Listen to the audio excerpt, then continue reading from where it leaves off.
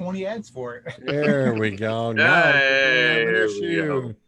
Hey, Hey, what's up? we can finally say we're on and we're live. Finally. For now. For now. Shut up, Zolt. Mute his ass. Oh, wait a minute. We need him for hockey. Yeah, it's like we're running off of Acres internet for crying out loud. I'm still my neighbors trying to stay on. Not true. Right? Yeah. Nah. Wink, wink. Wink, wink. So, as I was saying.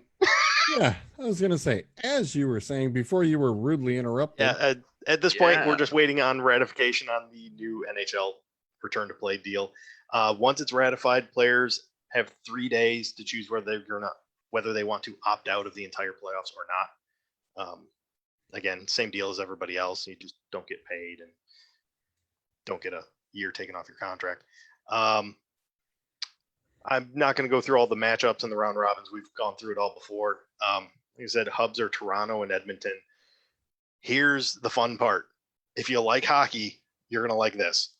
According to Bob McKenzie from TSN Canada, game schedules every 4 hours in Toronto and every 4 hours in Edmonton, you're going to have a game. 12. So Eastern time at 12 o'clock, you'll have one in Toronto. At 2 o'clock, you'll have one in Edmonton. 4 o'clock in Toronto, 6 o'clock in Edmonton, 8 o'clock in Toronto, 10 o'clock in Edmonton. Oh, Jesus. You want hockey, they're going to have hockey for you. They're just going to keep rocking and rolling through it. And what time does the last game start? The last game starts Eastern time is 10 o'clock. For Edmonton, that would be 7 p.m. Not bad. Well, I won't be commenting on the 10 o'clock game. Right. I'll be sleeping. He says he will be sleeping. He will totally be sleeping. Oh, yes. No, thank you. All right. Now that start seeing the comments now, Dave. I see you're in here. Yep, we see you, Dave. It's take 4. I thought it was take 3. No, we're on 4 up to 4. Oh, jeez. Okay. Yeah, My 4 bad. up to 4. They turned around and bounced us out. It's like stupid Facebook and or Zoom between the two. I was gonna say we didn't have this much problem on Sunday. I'm sure We start most of the stuff. I do want to say I was so busy yesterday. Here's how funny it was: is I didn't even memorize what day it was yesterday until I looked at my phone and everybody's commenting on Facebook. I'm like, why is everybody commenting to me on Facebook? And I realized it was the 7th day of July. You didn't even know it was your own damn birthday. Dude, I've been so damn busy. I literally forgot what day it was. And then holiday, we were out talking. She goes, "So what are we doing tomorrow with Friday?" And I go, "Today's Wednesday." And she goes, "Geez, I'm so done with this week. I'm done. Dude, maybe you should forget to turn off your Wi-Fi. It's been 90-degree weather. I've been working outside so much this week, just trying to crush so much stuff. And you forgot it was your own damn birthday. Wow, that's pretty scary. That's really scary. Yeah, it was probably about 11 o'clock or so when I started reading Facebook, and I'm like, "Oh, today is the 7th." That's right. Yeah. Okay. It was only 3 times on Sunday. What's 3 times on Sunday? No, that's how many times it took for top 10 to get right. What is Acres is wrong with the show? There it is. Dave, put it out there. F you. Oh, I know what. Yeah. F you, Acres. Yeah. You forgot to start it. Got it. No. Properly. Oh, no. That's what I knew. You know what? That's what you need to put in the song for now on. When you put it on at the end of it, it just says, when she goes, "Sit down, shut the fuck up." It just said, "Sit down, fuck you, Acres." Yep. That's how we end it. Clint says he subconsciously blocked the day off because he's getting older. Damn. Yeah, getting older, halfway there. Halfway? Jeez. Tree lawn only lasts to 70. Tree lawn. Really? All right. NFLPA says no preseason games. NFL says you're getting 2 preseason games. You cannot not have a preseason game. the injuries will pile up right off the bat between weeks 1 and 2. You thought that the Pittsburgh Steelers weren't going to be able to win something? The Steelers wouldn't be able to find their way out of brown paper bag without a preseason game. What's the negative? Then again, whoa. Oh, well, the Cleveland Browns would finally have a chance. I was I know they waste all their wins in preseason. exactly. So they, that would be the perfect way for them to start. The Lions would be fantastic. Usually that's when they go like 4-0. Maybe they can actually put that into wins in the actual regular season. Oh my God, Dave. Nice one, Dave. Oh my God. What did he say? He said, "Who pissed on Zolt's wall?" Who hasn't?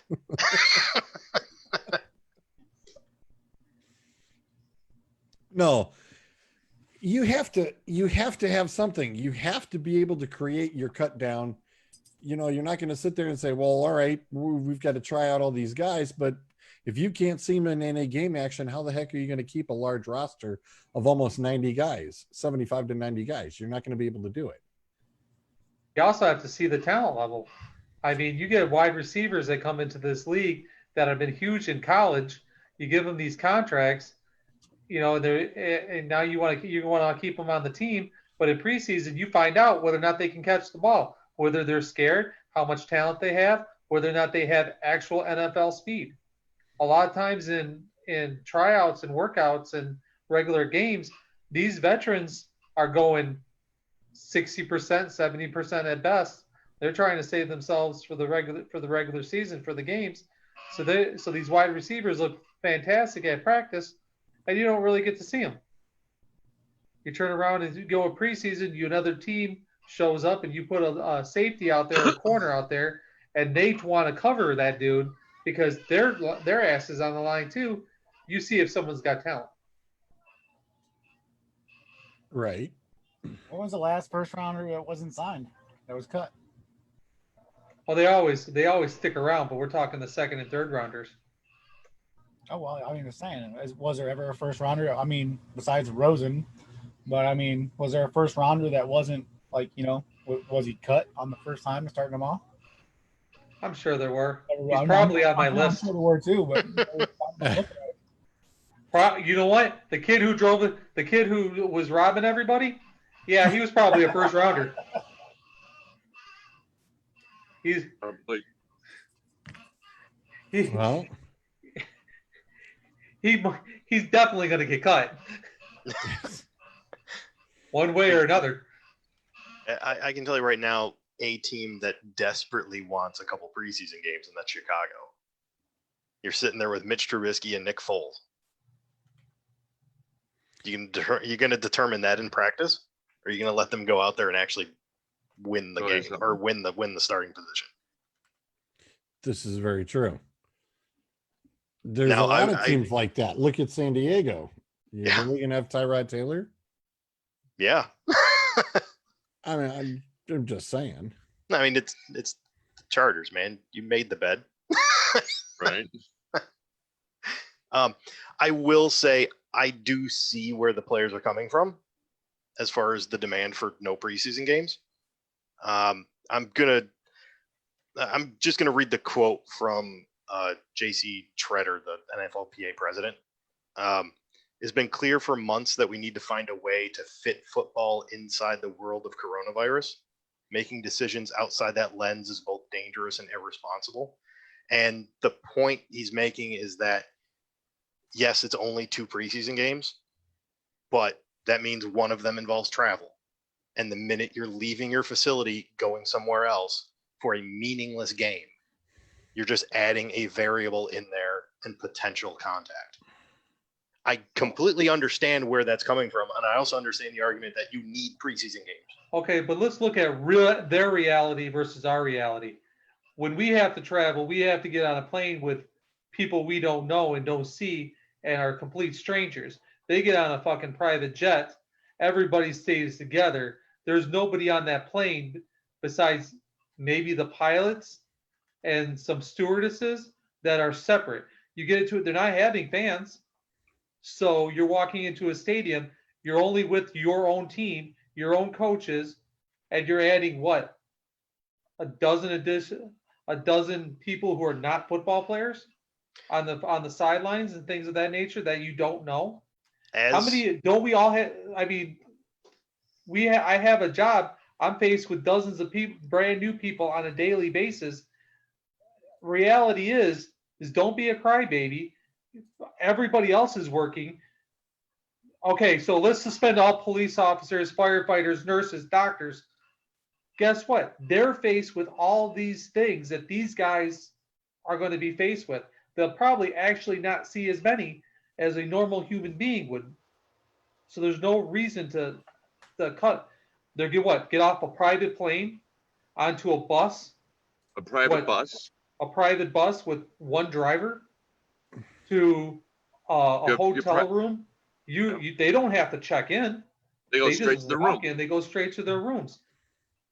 They don't have. They're going to be very limited at who they're actually going to see. Everybody else is not, and there's no reason for them not to play. Yeah. You're going to run into more people at Kroger than they will on a trip. As somebody that travels for my job, scariest thing in the world for me right now is a hotel room. Yeah. Now, see, because 3 weeks ago, I was regulations. But 3 weeks ago, had Bryce's tournament. We were in the hotel. There were at least 6 teams in that hotel. No issues have been reported in the past 21 days to us on anything. What hotel? And their hotel is not going to have in Newark. They'll have one in Newark, and everybody who was at this tournament.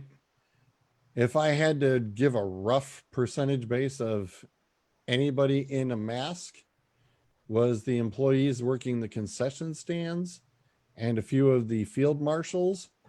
And I want to say 1% of the fans and parents, if that, because it was so extremely hot that it's come to the point nobody is worrying about the mask recommendation at the moment. Whereas a few days ago, it's been kind of changed up here in Ohio, where we've got about mandated 5 or 6 counties where it's every county around me is mandated except mine. Yeah. Yeah. Well, Lorain County's not. What are you talking That's what I'm saying. That's I mean, Lorain and Erie are okay. Lorain and Erie I thought it was really odd that Huron was, and somebody told me that Willard was a hot spot. Willard, of all places, was a hot spot. And I said, well, they only got 10 roads. They I was going to say, that small town, I said, that's almost everybody, for crying out loud. I can say it's English in that town. You just need subtitles. Yeah, that's really. I thought it was really bizarre. Obviously, depending on where you're going, you're going to get different encounters, and that's probably the biggest concern. You literally, every city they're going into, they don't know what they're going to encounter. I don't know. I can walk into my Kroger, like literally a quarter mile down the block, and you know what? 80% of people are wearing masks. Job site I'm at this week, 45 minutes away. 0 people walking in that door with masks. Difference of 45 minutes. They have no idea what they're walking into in that hotel. You don't know who was there before you. You don't know how well it's been cleaned. You don't know how long it's been. You have no idea the food that you're getting, because you got to eat. And these are football players. They got to eat a lot. Mm-hmm. You have no idea. Most of the time they're catered anyways. Well, it doesn't matter if they're catered, but they're still saying we don't know what the food has been through. Yeah. Right. Sean Halfhill jumps in and chimes and says, I drive truck. I'm always interacting with customers. Every place has their precautions you have to follow. Agreed, because every RA drugstore is. If teams are traveling, make sure that they are taking their precautions. Mike Johnson says, heads up to South Dakota. He was just up there, and there is, and he capitalizes, no social distancing. Everything is like normal, like the wild, wild west. Well, that's because it's Sturgis time. Yeah. But like we said, Everybody But has to go back to work. Here's their time they need to go. South Dakota, that little section of the United States, though, guys, when you're looking at the COVID maps, it's like, well, which one isn't that heavily affected? You're looking at the Dakotas. You're looking at Idaho. There's also hardly very few anything people. there because there's hardly anything going on there. It's not, a real touristy spot or anything. So that's, of course, where it is really light. I mean, I think that, like I said, that's just kind of the thing. I mean, even here, like Dave was saying, it depends on where you're going at, where people know it's going to be okay. Life is normal and is just going on as planned. And then if you go into other areas, the world's falling apart and everybody's going to be on lockdown and you're going to do this. You're going to turn around and wear this. You're going to do that. Well, with hotels, when it comes to traveling, if let's say in Vegas, every team that comes into Vegas has the same hotel, they could block off like one floor or two and have dedicated staff cleaning those rooms the entire football season too.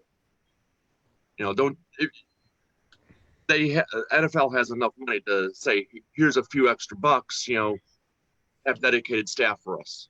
Oh, they could dedicate a hotel to room right now. Oh, that's what Sean was just saying. He would bet with the pro teams, the hotels are probably going to be inspected and cleaned a lot more than normal. Yeah. But, you're not going to find the blue light stuff like you normally would. Suds, what'd you just tell me about the WNBA thing? Oh, the WNBA, there was pictures online about the conditions that the WNBA women are going through.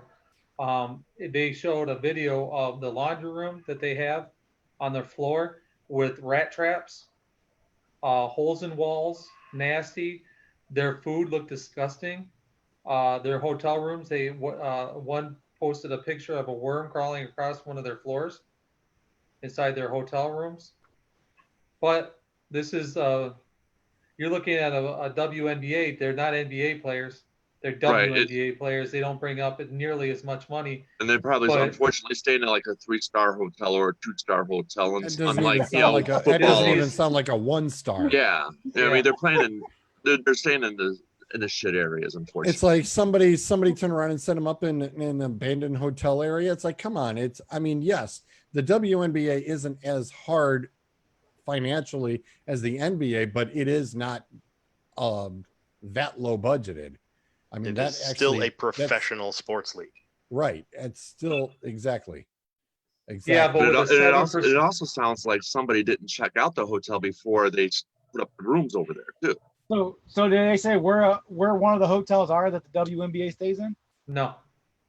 See, that's the main factor. It's what like Mike Johnson was just saying. Some of these aren't high ends, like they're not staying at the Red Roof Inn. Most of these players are staying in high end rooms. Unlike the WNBA, like you were saying, obviously, yeah, they're staying like they're not staying in the same hotels. Obviously, the other basketball players are staying in. Which in the same sense, it doesn't make any sense.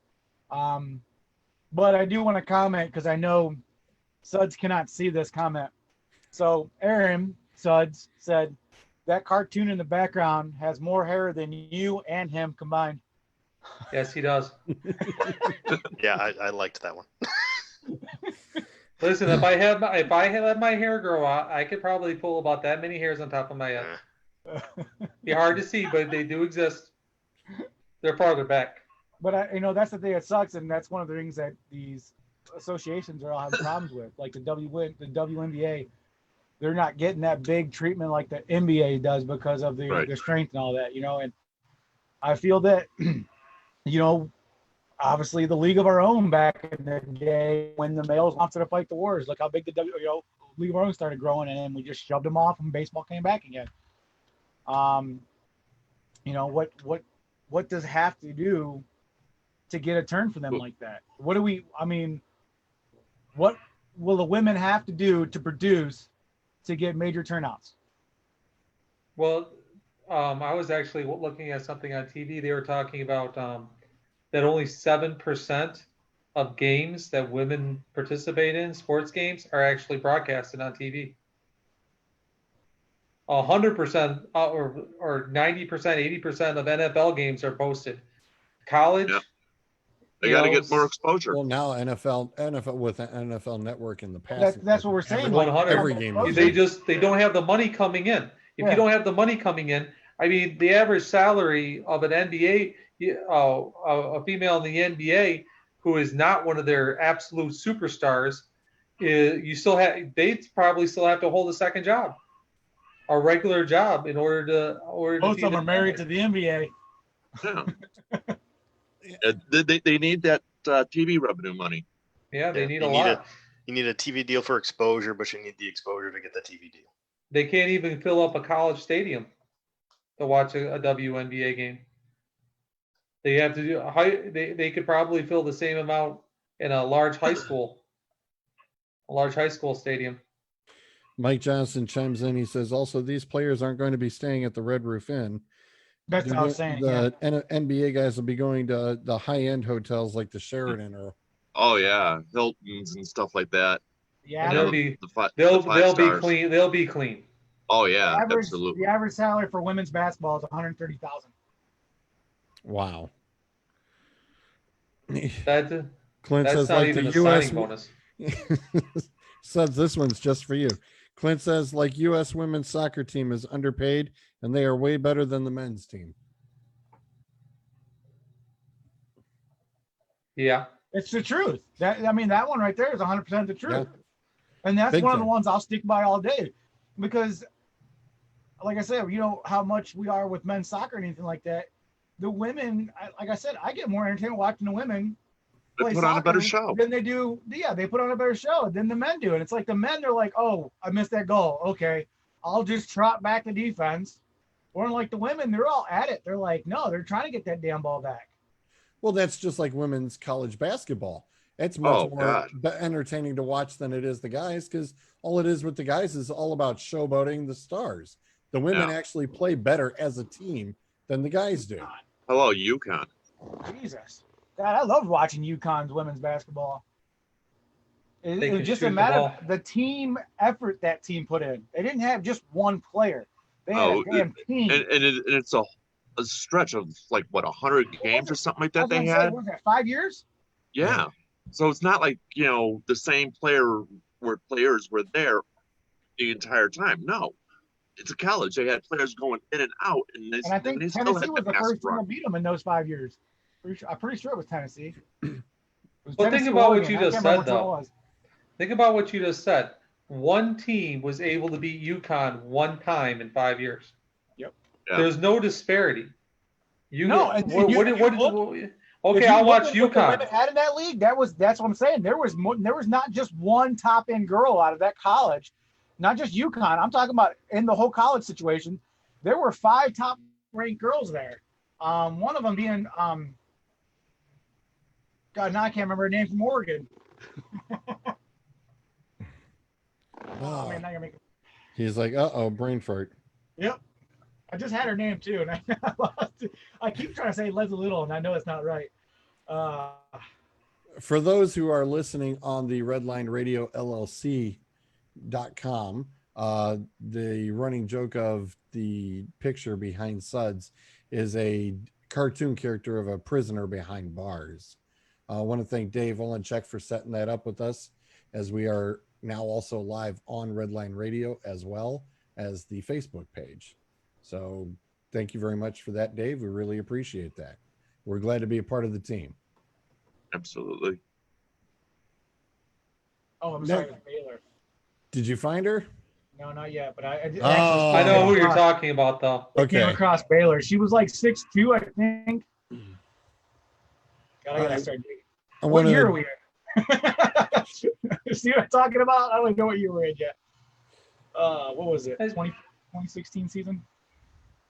Now, did anybody else check out on this Dwight Howard donating his paychecks to the Breathe Again fund on his under his D12? I haven't heard anything about that at all. I did a little bit of homework, because a lot of these players are opting out or whatever, and a lot of the other players are donating in for a bunch of the different causes, whether it be for the COVID, whether it be for Black Lives Matter. You know, there's a whole bunch of different things going on back and forth right now. He actually started this educational foundation for kids and adults in understanding that everybody lives on this planet and it's a human race. It shouldn't be divided up by color and whatnot. And I said, you know, okay, look back at it, and it looks like a lot of things have kind of, it looks like it ended up tapering off around 2018. And I thought, are you kidding? This is the perfect opportunity for something like this that would be put up to the forefront. And I thought it was very interesting to see that he mentions this, and, you know, a few other people are like, oh, okay, well, what's that about? It's like, well, it's just, you know, another athlete having you know, their own foundation, and, you know, they get the tax write-offs or whatever. But I actually went in to look at it, and it was a very good, solid program, and he was doing a lot with it. And I thought, why would people be bashing this when this is actually exactly what is needed right now? I thought that was really It's not their stupid. idea. Right. It's not that it boils down to he's doing his thing that he feels Brittany that's Gardner, important. thank you, Adam. He's doing what he thinks is important, and he's not joining in with everybody else. He's doing what he believes is important. Therefore, everybody has to bash him instead of realizing he's doing something good. And the right thing too. Absolutely. It's the right program. I thought it was excellent. But if you don't join the right bandwagon, then they gotta bash you. Fair enough. Yeah. Acres, you That's all said it is. somebody Brittany gave Griner, yeah. Adam hooked you up with that. Yeah, as soon as I looked over, I saw the name. I was like, yep, that's who I was thinking of. Yes. But she was another one that was a top competitor in the college that she was just anonymously great at what she was doing. She's with the Phoenix Mercury. She's a center. She's still playing. She's 205 pounds, 6'8". And one of the very few WNBA people who can actually dunk the basketball. Yes. There's less than a dozen of them in the WNBA that can dunk, less than a dozen of them that can actually dunk the basketball. I mean, what we got? Candace Parker, she's playing. The chat box is just blowing up. I know, right? It is hammering Acres like you wouldn't believe. Make sure all the listeners say fuck Acres. Adam says fuck Acres, and the newest one we need to start is Suck It Suds. Suck it, suds. Suck It Suds. Yeah, she's from Baylor. So yeah, I was right. I was from Baylor. Brittany was from Baylor, and she was one of the top centers. She went in the first round. First overall in 2013. You know, and if I'm not mistaken, that's one of the years that it started the UConn. She actually almost beat UConn, and I would have thought she was going to do it too, but she's still playing as of today with Phoenix Mercury. Yeah, Sean, I agree. People want to bitch just a bitch. That is very true. Very. They always damn have something true. to bitch about. Come on. Well, that's what we do too. But you know, at least we do it with For a reason. spirit and comedy. Right. We do it for a reason. They do it just because. There's a difference. There's attention seeking too. Yeah, that's They true. do a lot of that. And we definitely want to seek the most attention, period. End of story. Yeah. We're definitely narcissists. Come on. Suds is probably one of the biggest ones I know. To borrow Burridge's phrase, but I digress. Who broke UConn's win streak? Wasn't that the Tennessee, George, that you said? It was the second consecutive year with the Lady Bears. Ending Acres is just reading off the computer again. Oh. Lady Bears. Okay. Thoughts on the two national anthems? All right. You already heard me say something about that before. Whatever. Sure. Okay. They want to go that route. Sure. I don't turn on the TV until the game starts anyways. I'm trying to figure out, is this just the league throwing darts? Yep. Because it sure, I mean, that solves nothing. It's a nice gesture. That's all it Doesn't is. solve Just a anything. gesture. That's why I'm like, whatever, because you know that they're not genuine in that. Well, You after know, getting the whole educational background we got, what, 3 or 4 years ago about the actual national anthem and how it was derogatory. If Oh, yeah. you've already, established through that, I believe it's at WWE, they just play God Bless America. They actually do not do the national anthem. Would that turn around? Would that turn around and see, I have result? I mean, would that be an alternative? I personally would have a problem with that. You know, nothing against you, George, or Suds, or Zolta, or anybody else, but I don't believe. So the song alone and the title alone, I would have a huge problem with. Okay. Oh, with the God part? Yes, absolutely. Okay, fair enough. Like we said, that's why I asked the question. And I think you would have a pretty big uprising on that too, from a lot of people who think along the same lines as I do. Religion should not be part of any type of national anthem or any type of anthem whatsoever. It should state for what you believe in, not anything to do with anything to religion. So you worship God. Okay, fine, big deal. That's not the point behind the song. Why even have it in there? All right. Well, like I said, so on the double national anthems that Whatever. they're going for, they're putting out that they want to try to make things correct. Basically, they want to try to make things right. Back to since we were booted off, thanks to Facebook several times, back to the preseason games, as we were, touching on the hotels and everything else, and knowing that not everybody's going to be able to be in the bubble. I mean, if these teams have to go out to New York, for example, and LA, they're going to be going out there for back-to-back weeks. Who was it that has to do England? New England. Yeah, they've got to be out in LA for, the Monday, Thursday night game, back-to-back ordeal. They're not going to go anywhere. They're going to stay in LA. LA's a hot spot. New York, same ordeal. The AFC North teams have to go back-to-backs in New York. Both Cleveland and Pittsburgh both have to do that. Then New York is the biggest hot spot. Okay, what are you going to do? What bubble are you going to put them in?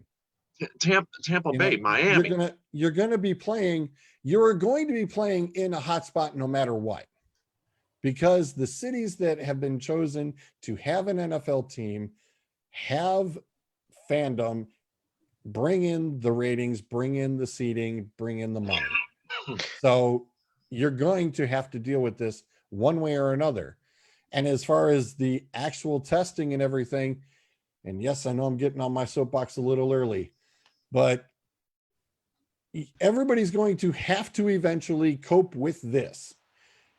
If they're saying, oh, well, if you're going to test positive on COVID, when you've got a certain particular strand, they're automatically classifying it under COVID or coronavirus. They're not saying COVID-19. They're flipping it and saying coronavirus. Well, that's just a single strand of a cold. Okay, fine. So if somebody's got allergies, and somebody's got the allergies and everything else, they're going to sit there and it's a cold. But no, guess what? It gets added into the numbers. No, it doesn't need to be added into the numbers. Everybody's going to either turn around. Unfortunately, in 1918, they didn't turn around and they had to deal with this ordeal, and everybody went through it. Some lived, some died, and yes, it sucks, but we're on this planet one time. You're not guaranteed to be here the whole damn time. It can be tomorrow. I could be gone. Anybody could be gone. But the reality is your body itself needs to turn around and fight and use its natural antibodies to boost its own immune system up. You're sitting there giving flu shots, shingle shots, butt shots. I don't give a damn. I don't get the damn things because guess what? I don't want the viruses injected into me because I know that that's what 15 to 20 strands, and everybody's making it a damn guessing game on, hey, maybe this will work. And that might help you fight against it. No, I don't need to. My body will go through its natural progression. If it needs help, it will respond accordingly. Exactly. I hate to say this, and I'm probably going to jinx myself. The last time I got the flu was the last time I got the shot. I mean, I got the shot like 2 or 3 years in a row, and on my anniversary, every damn year for like 3 years, I got the worst case of the flu that I could ever. One night, we went out to dinner. After we got done to eat, my wife took me to the urgent care. I mean, and I stopped taking the shots, and I haven't got it again. It's just. Thank you. Last time I got a flu shot was a good probably 10 years ago, minimal. And before that, a good 15, almost 20 years before that. I had to get it. And when then I don't on get the sick system. that often. I had to get it when I was in the foster system. I had to turn around and get it at that point. At certain But points, after that, yes. that was it. I was done. I'm like, no thanks. I'm good. Get one I every didn't need to be year. out of work for almost 2 weeks. Get one every year. Knock on wood. Since then, I've never had the flu longer than say 12 hours. And that's like I And said. that never from the shot. I just mean during the season. Yeah. Well, but like I said, but the thing is it's going to work with some people. It's not going to work with everybody. Right. Me, it doesn't work for me because when I get it, I'm toast. And I found that, and unfortunately, I found that out several times. So I quit, and I'm fine.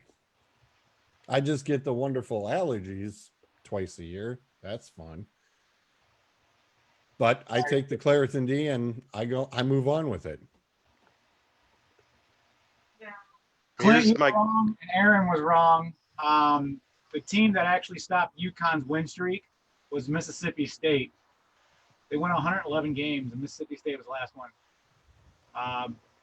The Gamecocks were the first person they lost to before starting the home streak, and Mississippi State beat them 66-64 in overtime in the semifinals 2017 women's tournament. It's still 111 straight games. And that tells you what the problem is. If a team can go that long without losing a game, there's no parity. How often do we bitch, or how often do people bitch about the fact that the Patriots make it to the Super Bowl every third year? Oh, that's not this and that's, they're cheating, they're doing this, they're doing that, and we whine and cry and we want to get rid of the Patriots. Well, it's called parity. These guys lose games. There's a chance to lose games. Women's basketball, you got Connecticut. That's what it is. And listen, do I want to watch Michigan State women's basketball? Sure. As soon as they get up against Connecticut, they're getting their ass kicked.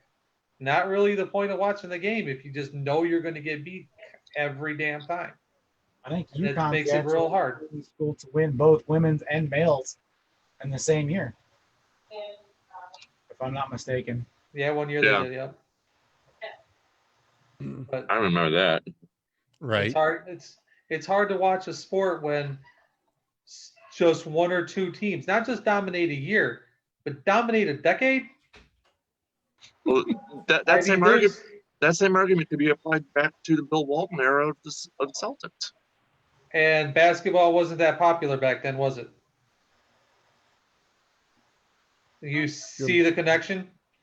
If there was no parity, people didn't watch.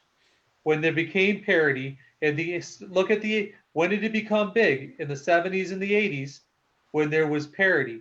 When they joined the NBA with the ABA, and you began to see parity, when there was more than one team fighting for championships, you saw the spike in who people watched.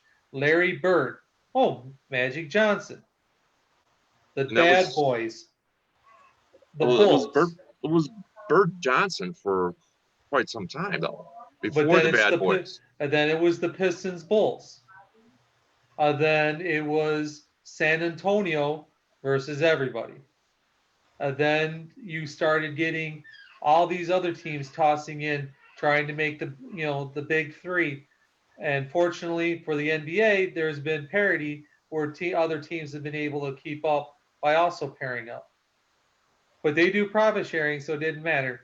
But you need parity in order to have popularity. You're not going to sit there and watch a sport when you know someone in this one team is going to kick the hell out of everybody every single year. So going with that, then you're talking about, let's switch back over to basketball, of Golden State. 54 games in a row.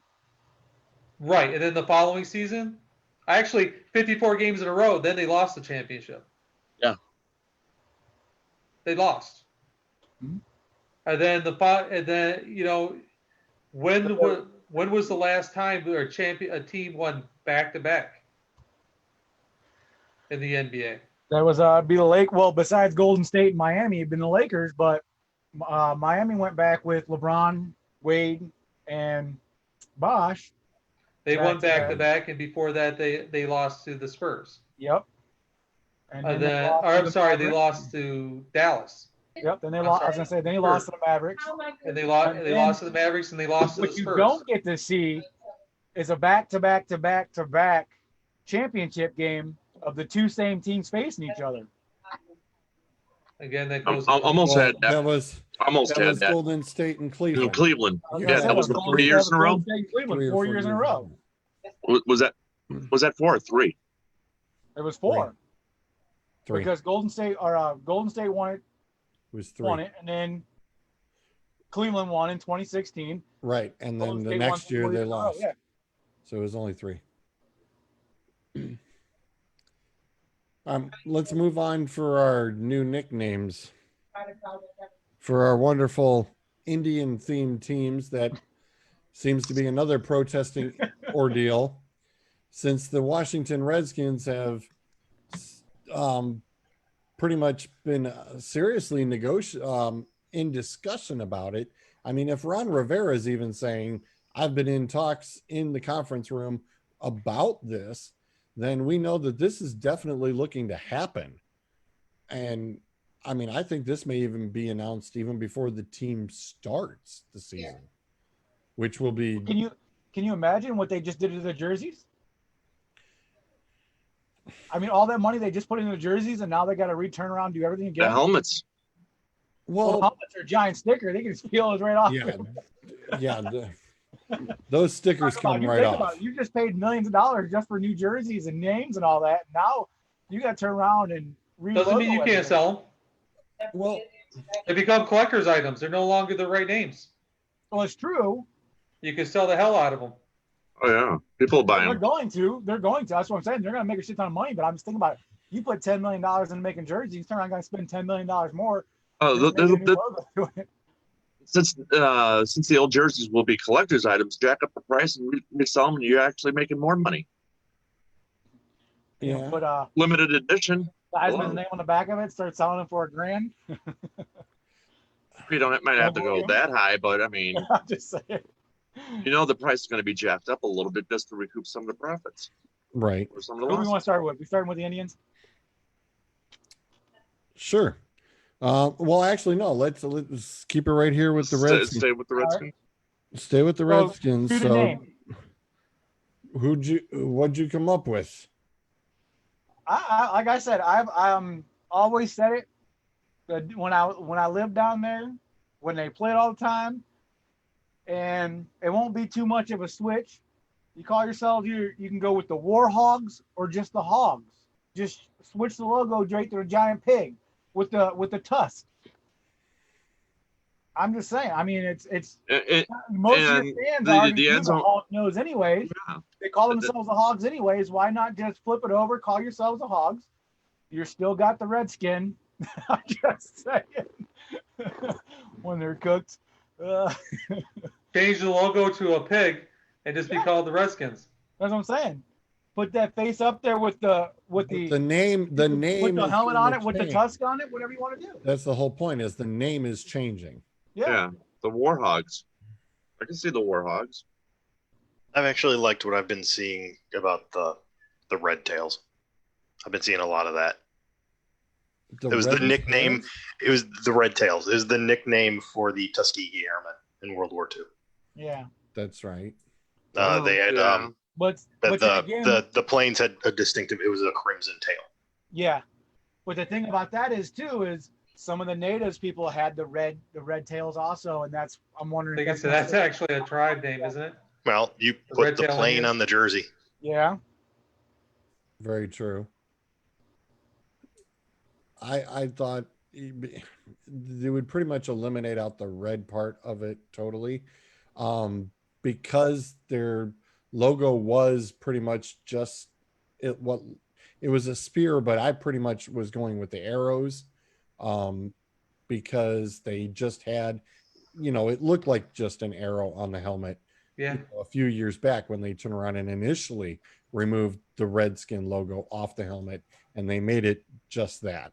When I Gibbs was think there. that would be something very simplistic to do and would not take a whole lot of change to do, especially when it came to doing the logo.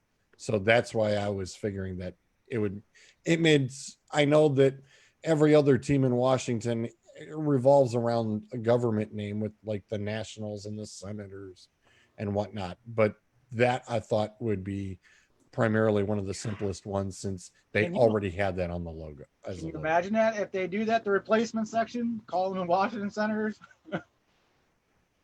I was kind of thinking that, bring that name back from the 50s. Granted, it was their baseball team, but it still would work. And it could still keep the same color scheme.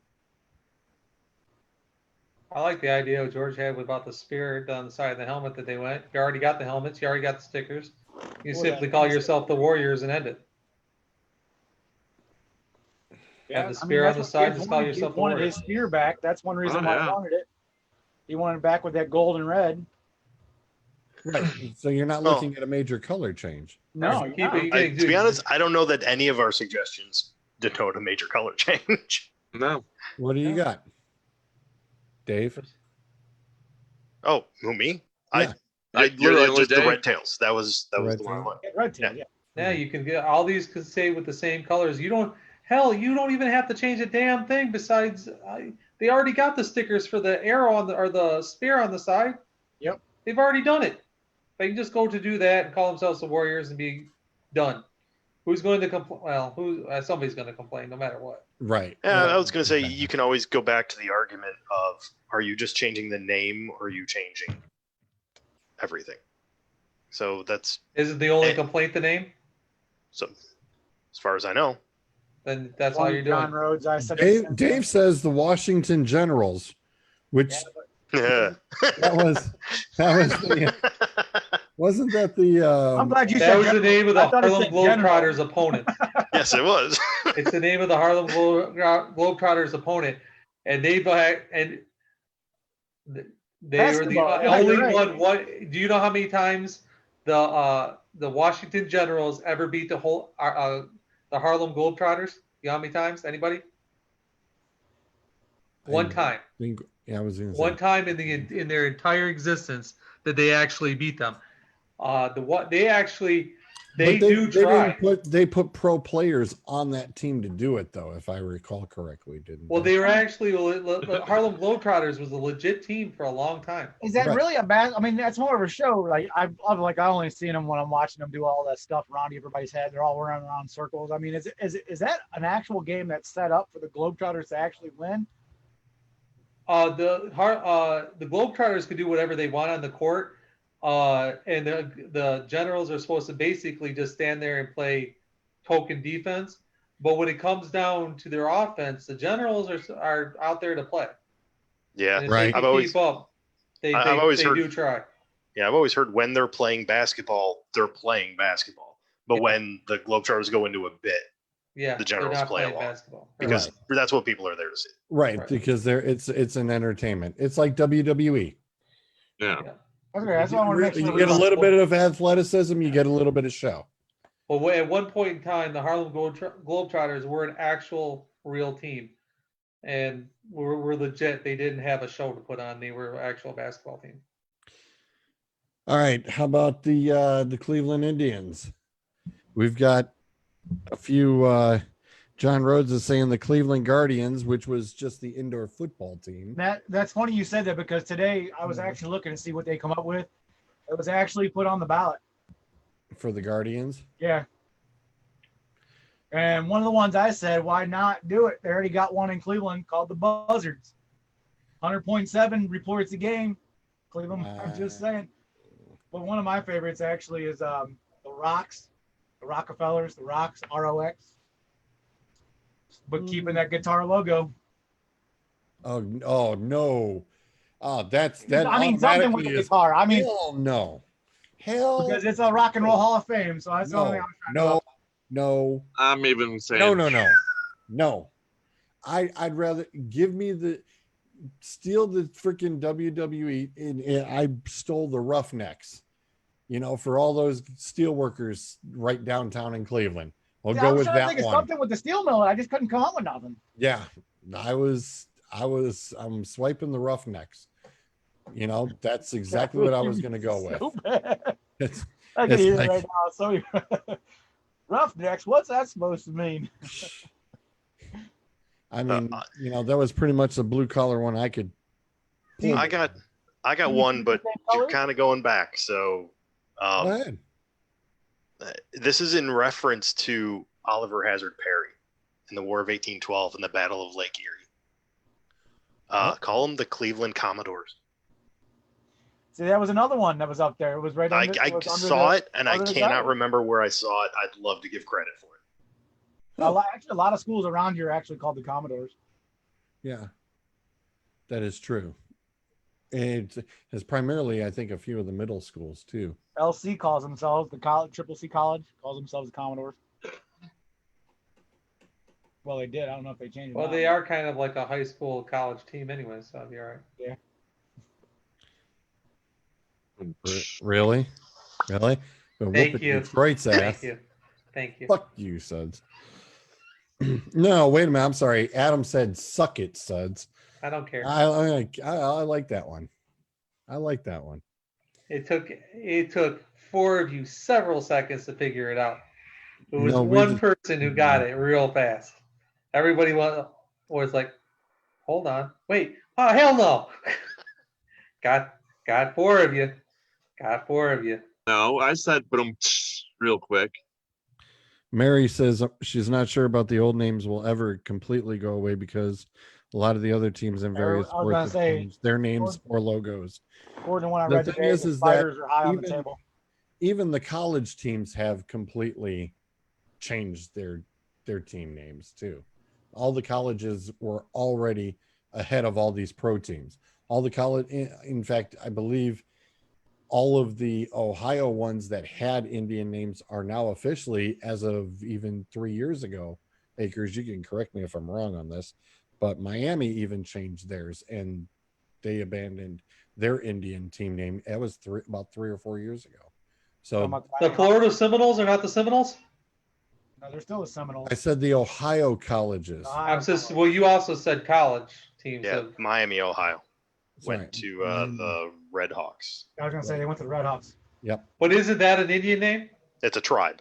Okay. I'm trying to remember what they were. No, wait, they were the Red Hawks. That's right, they were. Yeah. They were the Red Hawks. No. They were. Shit. Oh, I gotta look it up. Oh, that's what I'm doing right now. Already on it. Who gets it first? It's a race. Yeah, I stopped. He's gonna win. It is Red Hawks. Yeah. I'm going to say it's still the Red Hawks right now. Yeah, they were I think they were the Redskins. Redskins. Yeah. Yep, they were the Redskins, and they went to the Red Hawks instead. They're trying to defer from the Miami Hurricanes. Ah, nuts. My thing went down, damn it. Oh. Dun dun. That sucks. I guess the Gorilla Tape's only good for every hour and a half. Got 2 words for you. Suck it. Duds. All right, we have been waiting long enough to talk about the Atlanta Braves. Would be next. ATL. The ATL would be next. The other two sports they got are birds. I mean, I don't know. That's what I said. And I found one. Because I was thinking about it too. They have the other two teams have, Hawks Bird and the names. Fox. real birds. So the only other one that is left is the condor. So Wait. that's the only other attack bird left. My wife told me I couldn't put holes in the wall, so. So you get the Atlanta Condors because that's the last attack bird. Because the Falcons are taken, the Hawks are taken, so you get the Condors. They can be called the pigeons. We said attack birds, not dumb birds.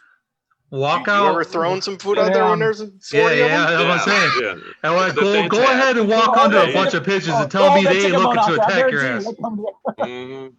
Walk under a bunch Um, of pigeons and say they're not attacking another- you. Yeah, Another All bird. over the place. I just don't see the mascot. Yeah, that would make Mercedes Benz a real target. Here's a funny story with that. Georgia's got a lot of redwood trees.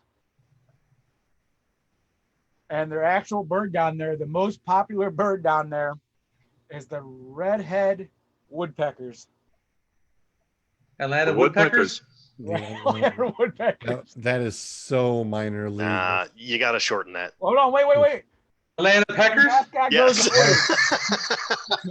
and Yep, the mascot- there we go. Now we've jumped the rails. It's after 9. Yep, You can count on me. Yep, I was. What You do can you say? count on me to jump the rails. What do you Yep. say? He said shorten the Atlanta. I mean, he set it up. That's too long. I mean, Jesus Yeah, Christ, come on. absolutely. What do You you were expect? paying attention, Akers. Forget I it. was The just actually moment's speaking. passed.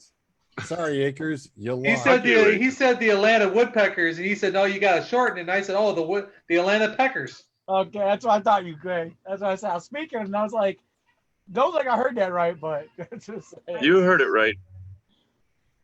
If you're gonna jump the rails, just leave it to me. And That, Aaron's right. It's Aaron no said- Aaron's right. Aaron That's says- right. Yeah, I mean, Aaron says Aaron's no right. different Aaron's than saying the same thing South- I'm saying. Yeah, Aaron says no different than the South Carolina Gamecocks. What are you gonna call them? Atlanta Roosters? They're violent. I'll tell you that for sure. No, firsthand they're violent. They look Turkey. fun until I touch them until they spur the shit out of you. The turkeys. Wild birds. Oh, there you go. Oh, birds. Covers them all. So, Doug, any suggestions on Atlanta? I got nothing. Yeah, I'm there. I'm there with Doug. I got absolutely That's why I said nothing. it. And CBS Sports says they're not even looking at changing it. So, although they are looking at banning the tomahawk. chop. Tomahawk The chop. tomahawk. They're talking about taking the tomahawk out. Okay, so just an FYI, I would put money on any one of you. You're gonna tell a bunch of people that at a sports stadium that are drunk Yeah. not to do the chop. Well, they're not- I would love to take a bet with anybody on that one, whether or not you could stop 100,000 people from doing the chop. Well, they're not going to be playing the music to do the chop too.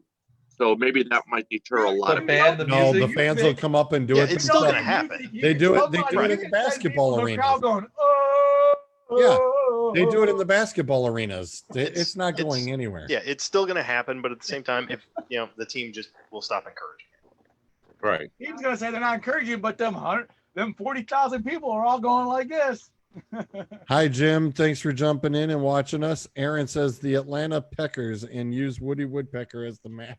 That's what I was saying. There you go. That's why I There's said You might have to license that one. Yeah, I was going to say there's a license. Hanna-Barbera might have an issue with it. he's gonna die anyways. And of course, Hanna-Barbera is two different people, the Chiefs. and they're dead. The Chiefs, of course, you don't hear anything about their anybody up in arms on them. And No. Mike Johnson even says Chiefs fans will be doing the chop forever. Absolutely. And like I said, you're not going to be able to stop the fans from doing it. I mean, what do you? It really just isn't going to happen. I'm gonna Not by a long shot. And speaking of the Chiefs, we finally get to the biggest, richest elephant in the room. Mr. Mahomes has at age 24 become the $500 million man. That's if he plays out the contract in This- full and he meets all the This age requirements. we're going by, he's going to flip and be able to do this stunt. I did some serious homework on this. Because I said, for the love of God, he's making more money than okay. He has the ability, when you're breaking that fully down, the average 3-person family in the US income is around 45,200 is as an average. That's for his money supports 11,412 families total, which is population number wise, every family and person in Vermilion and Ashtabula, Ohio combined for the year. So what you're saying Or is put on his own crown and become a king in these cities and own the land. yeah. Mm-hmm. For the year, he will be making that much money, where fans, of course, are going to sit there and buy up the jerseys, the gear, the ornaments, dolls, as Kelly calls them. You name it. If it's got Mahomes or the Chiefs on it, of course, it is going to sell out through the roof. And we're not even talking any of incentive money. He still has his incentive deal with Head and Shoulders. Nobody has mentioned a shoe deal. As hey, Aaron is on. Aaron, speaking of, do you happen to know if Mr. Mahomes has a shoe deal? By the way, let me know. Mike says KC news stations here are on the Mahomes contract and not about the name of the team. Absolutely, totally. Does he have an Adidas? Like I said, I'd wait for Aaron to pop up. Hopefully he might be able to dig something up, because he's the socks and sneakers representative here on Redline Radio, 4:00 on Saturdays. And you can catch him and Jake covering that. But Aaron is our sneaker guru.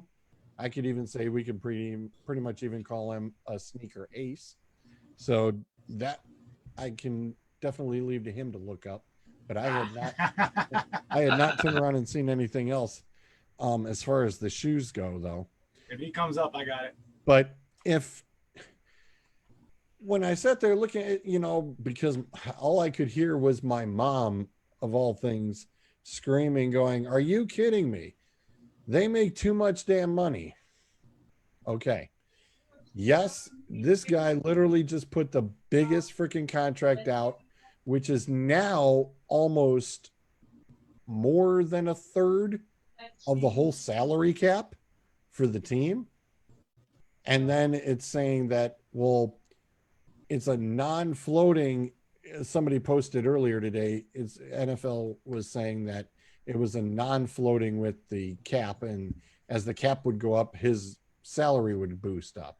I said, well, that would be a very sneaky move by the agent. And I says, I don't think teams would be even going for that, because that means he's all automatically over 1/3 against the cap every single year. And that just wouldn't be able to happen. Assumption that the cap is going up. The cap's always going up. Really? How many fans are going to be in next year? I would say, how many fans do you think you're going to have in that stadium this year? But the thing is the cap always seems to be going up. Inflation always seems to be going up. Your gas prices always seem to be going. Everything goes up. Everything's always going up. Yeah, I mean, but I mean, what you're telling me, George, is that a starting quarterback in the NFL is rich. Shocking. Yeah. Are you kidding? He's almost halfway to owning the Browns. Yeah. Well, yeah, like he'd want that. I do have, however, his annual cap hit per year. And I think I can tell you when they're restructuring this deal. 6 years. It's going to be before 2027. Because in 2027, his cap hit It's going to be huge. is a hair shy of 60 million. Aaron, So this is what you're saying. This is for show. More or less. I'm saying he's definitely not completing this contract. They'll extend it or Right, rework right. it at some point. Yeah, it'll I be think a me and you Brady. are about. It'll I be a think- Brady deal. Yeah, It'll be the Brady the Brady deal. It'll always be a little restructure as it goes on longer. Yeah, I mean, realistically, for him to play out this entire contract, two things have to happen. Number one, he has to be good enough to justify the roster bonuses that he's getting, which we're talking roster bonuses of 39 million, Correct. 49 million 1 year, Yep. but not good enough to justify extending him. Which, so as soon as the team realizes, okay, we're 5-6 years into this deal, let's rework this because we can't afford to have a $60 million cap hit this year. Right. So let's rework this. I think Okay. me and you. I think you and I are referencing the same articles, though. Probably. We And- probably are. and here's the bigger kicker is that Mahomes flat out said, all right, well, we're going to start chasing our own dynasty. All right, I'm going to throw this one out because everything was always hypothetical with the Patriots anyway. So why not pull the hypothetical out with these guys? Andy Reid's only what, 62? He's not going anywhere anytime soon. So, okay, Andy sits there and he goes in, he'll be 72 by the time contract would technically be up, 72, 73. I mean, Joe Gibbs came back and coached. He was 75, 76, so it doesn't look like anybody's going anywhere anytime soon. And So they're if just they win, they just restructured the Honey Badger too. Was it an additional 4 or 6 years or whatever it was? so my point is fine. They go through, no repeat of the Super Bowl this year, but then turn around and pull off 2 more Super Bowls in the next 2 years. Say they lose the AFC Championship game this year. Then the next 2 years, they get 2 more Super Bowls. And going into that next year, they're favored, of course, highly. Where does that, I'm not even going to say the G word. Where does that put Mahomes going into, and the Chiefs going into that quote unquote dynasty setup? Does it Well, that's make it applicable that, okay, within the 3 or 4 years that's what they were able to do? And then if they don't taper off, yes or no? Well, that's where you would restructure the deal after year 6, because the first 6 years is very cap friendly. It's only a 15% cap hit for the first 6, what, 183 million. So evaluate after maybe year 5, going into year 5, and the see thing what is kind of a deal. If he wins 2 more championships, then yes, restructure the deal. Well, here's the thing. They took the option. The next 2 years are still the rookie contract. Yeah. They've got him for 10 more after that. That's why I'm saying right now, those incentives, none of that matters. He's still on the rookie contract. The Chiefs picked up that 5th-year option. So this year and next year, he's still playing on the rookie contract deal. So you got, if they take the L this year on the championship game, Super Bowl the next year, then the first year of the 10-year deal, he ends up, okay, they then make a Super Bowl. And it's like, okay, now that puts you at, how well is this going to go? What are the conditions of the rest of the team that you've got to turn around and rebuild? Because you're not going to sit there. You're not going to have Kelsey or Tyreek Hill, not sitting there going, hey, you showed him the money, show me the money. Everybody's going to want a piece of this pie. Right. And you're not going to be able to do it. What pie? The pie is gone. You get crumbs. They ain't getting shit. They're gone. As soon as their contract's up, they got to go. You're going to have to put the franchise tag on one of them, and the other one's leaving. Yeah. I mean, can you tell me? Probably. Look, tell me which quarterback has gotten this kind of contract, not saying this is the biggest of all time anyways, but anywhere near this kind of contract, being the highest paid, and had a fantastic wide receiver and a fantastic tight end. Name one. Scott says it's pretty much pocket change. Like I said, for these next two, it is. Well, the next two, and even the course of over the next 6, like I said, but the first 4 years is 155.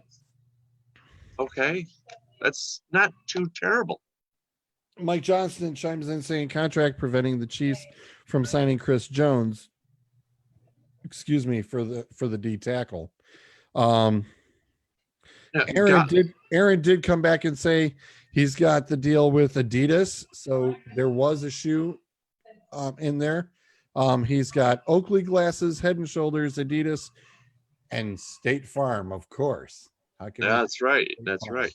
Okay, so Thanks. G, you got the next 2 years under his rookie contract, and then 4 years after that is 155, which is only 14 million more than Jared Goff got.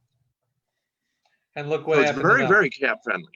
It's very Look for the first 6. It's very cap friendly. I don't know about cap friendly. Look what happened to where's Gurley? Gurley's in Atlanta. Right. Who's their tight end for St. Louis? Who's their best wide receiver? For St. Louis. St. Louis. Or sorry, the LA Rams. The Rams. Who's their best offensive player outside of Goff? Cooper Kupp. I was gonna say. Robert Woods. Or One thing is, I just had them up too. So what you're saying is they ain't got shit. not much past Goff, no. No. What do you think is going to happen? These other 2 contracts are going to come up. You can franchise tag one of them, and you're going to have to let the other one go. And then you're going to have nothing at tight end, or you're going to have nothing at wide receiver. You cannot pay these guys. Look, when the Rams went after Goff and they put all these money into Gurley, Goff, and Donald, what happened to them the next few years? Complete shit.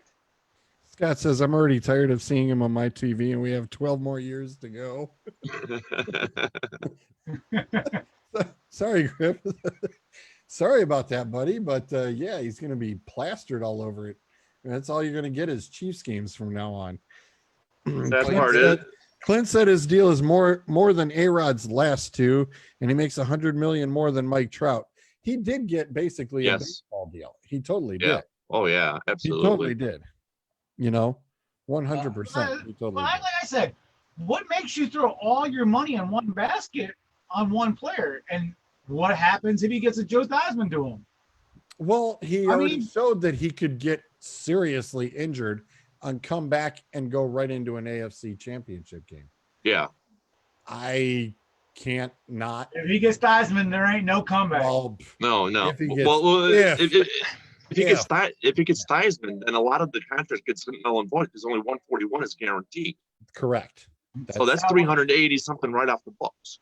Let's throw in the typical problem we're going on with today. And I just froze. Oh, there we go. All right. Let's go with the typical problem we got today. What if before this season starts, what if he tests positive for COVID-19? He looks like he's Japanese. Mike's sits out for 14 days.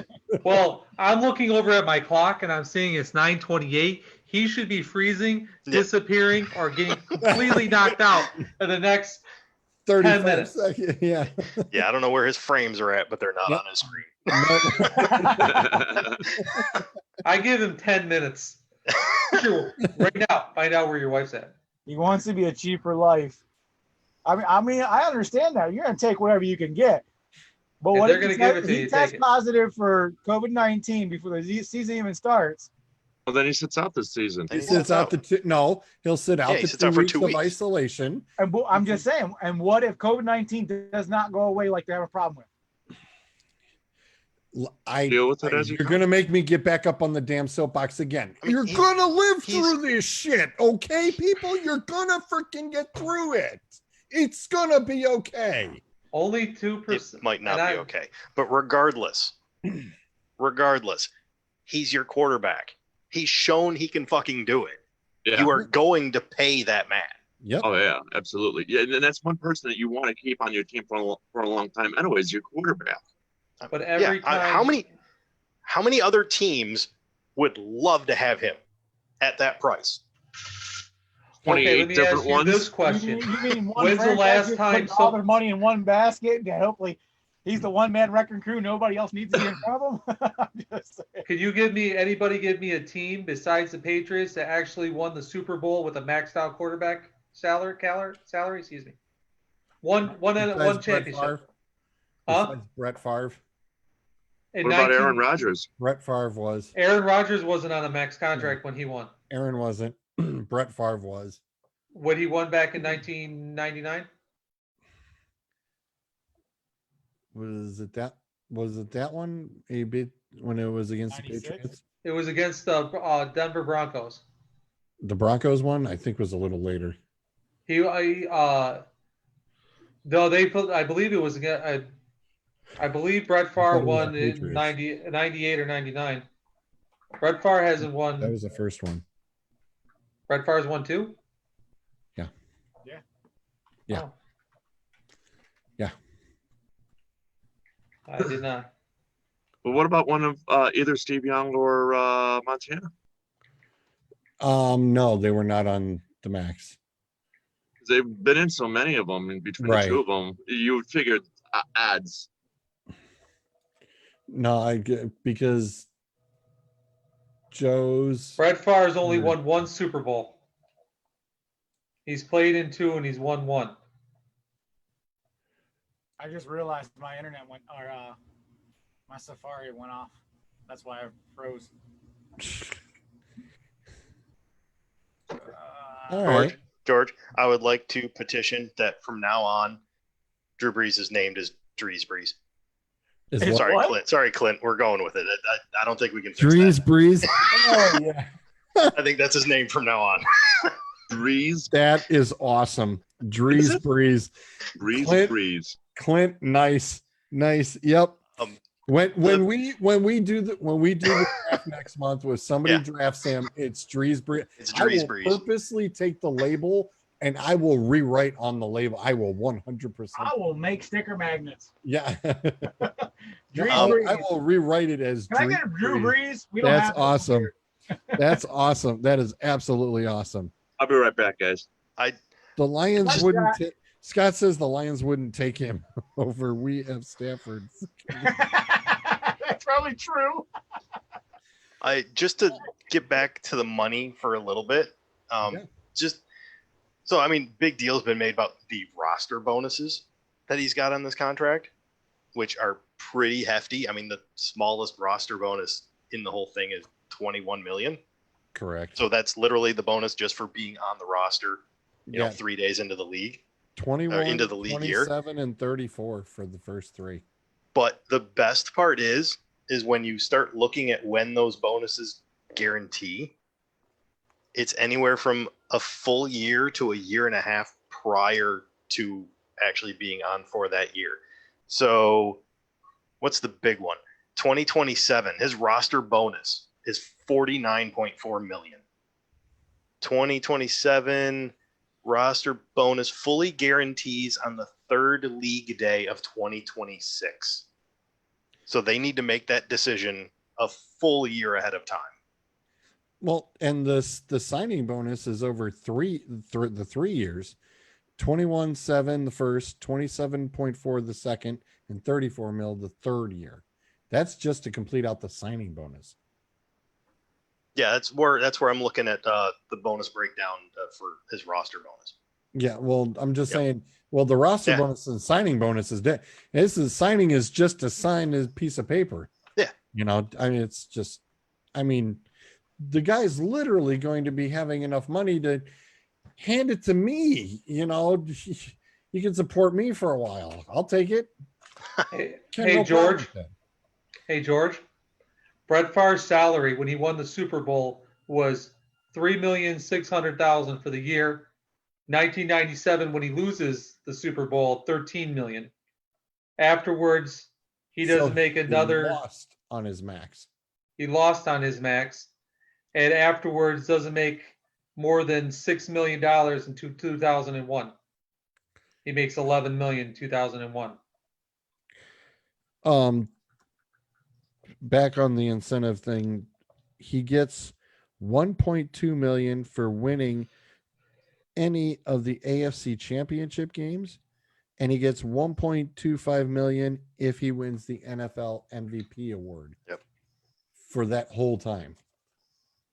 And a full no trade clause. Yes. Although I'm pretty sure the cap hit kind of takes care of that, at least early. But the no trade clause, that I thought that was very interesting. Yeah. Your last quarterback with the max salary won a Super Bowl. Where? Spit it. Huh? Russell Wilson 2013. and the numbers.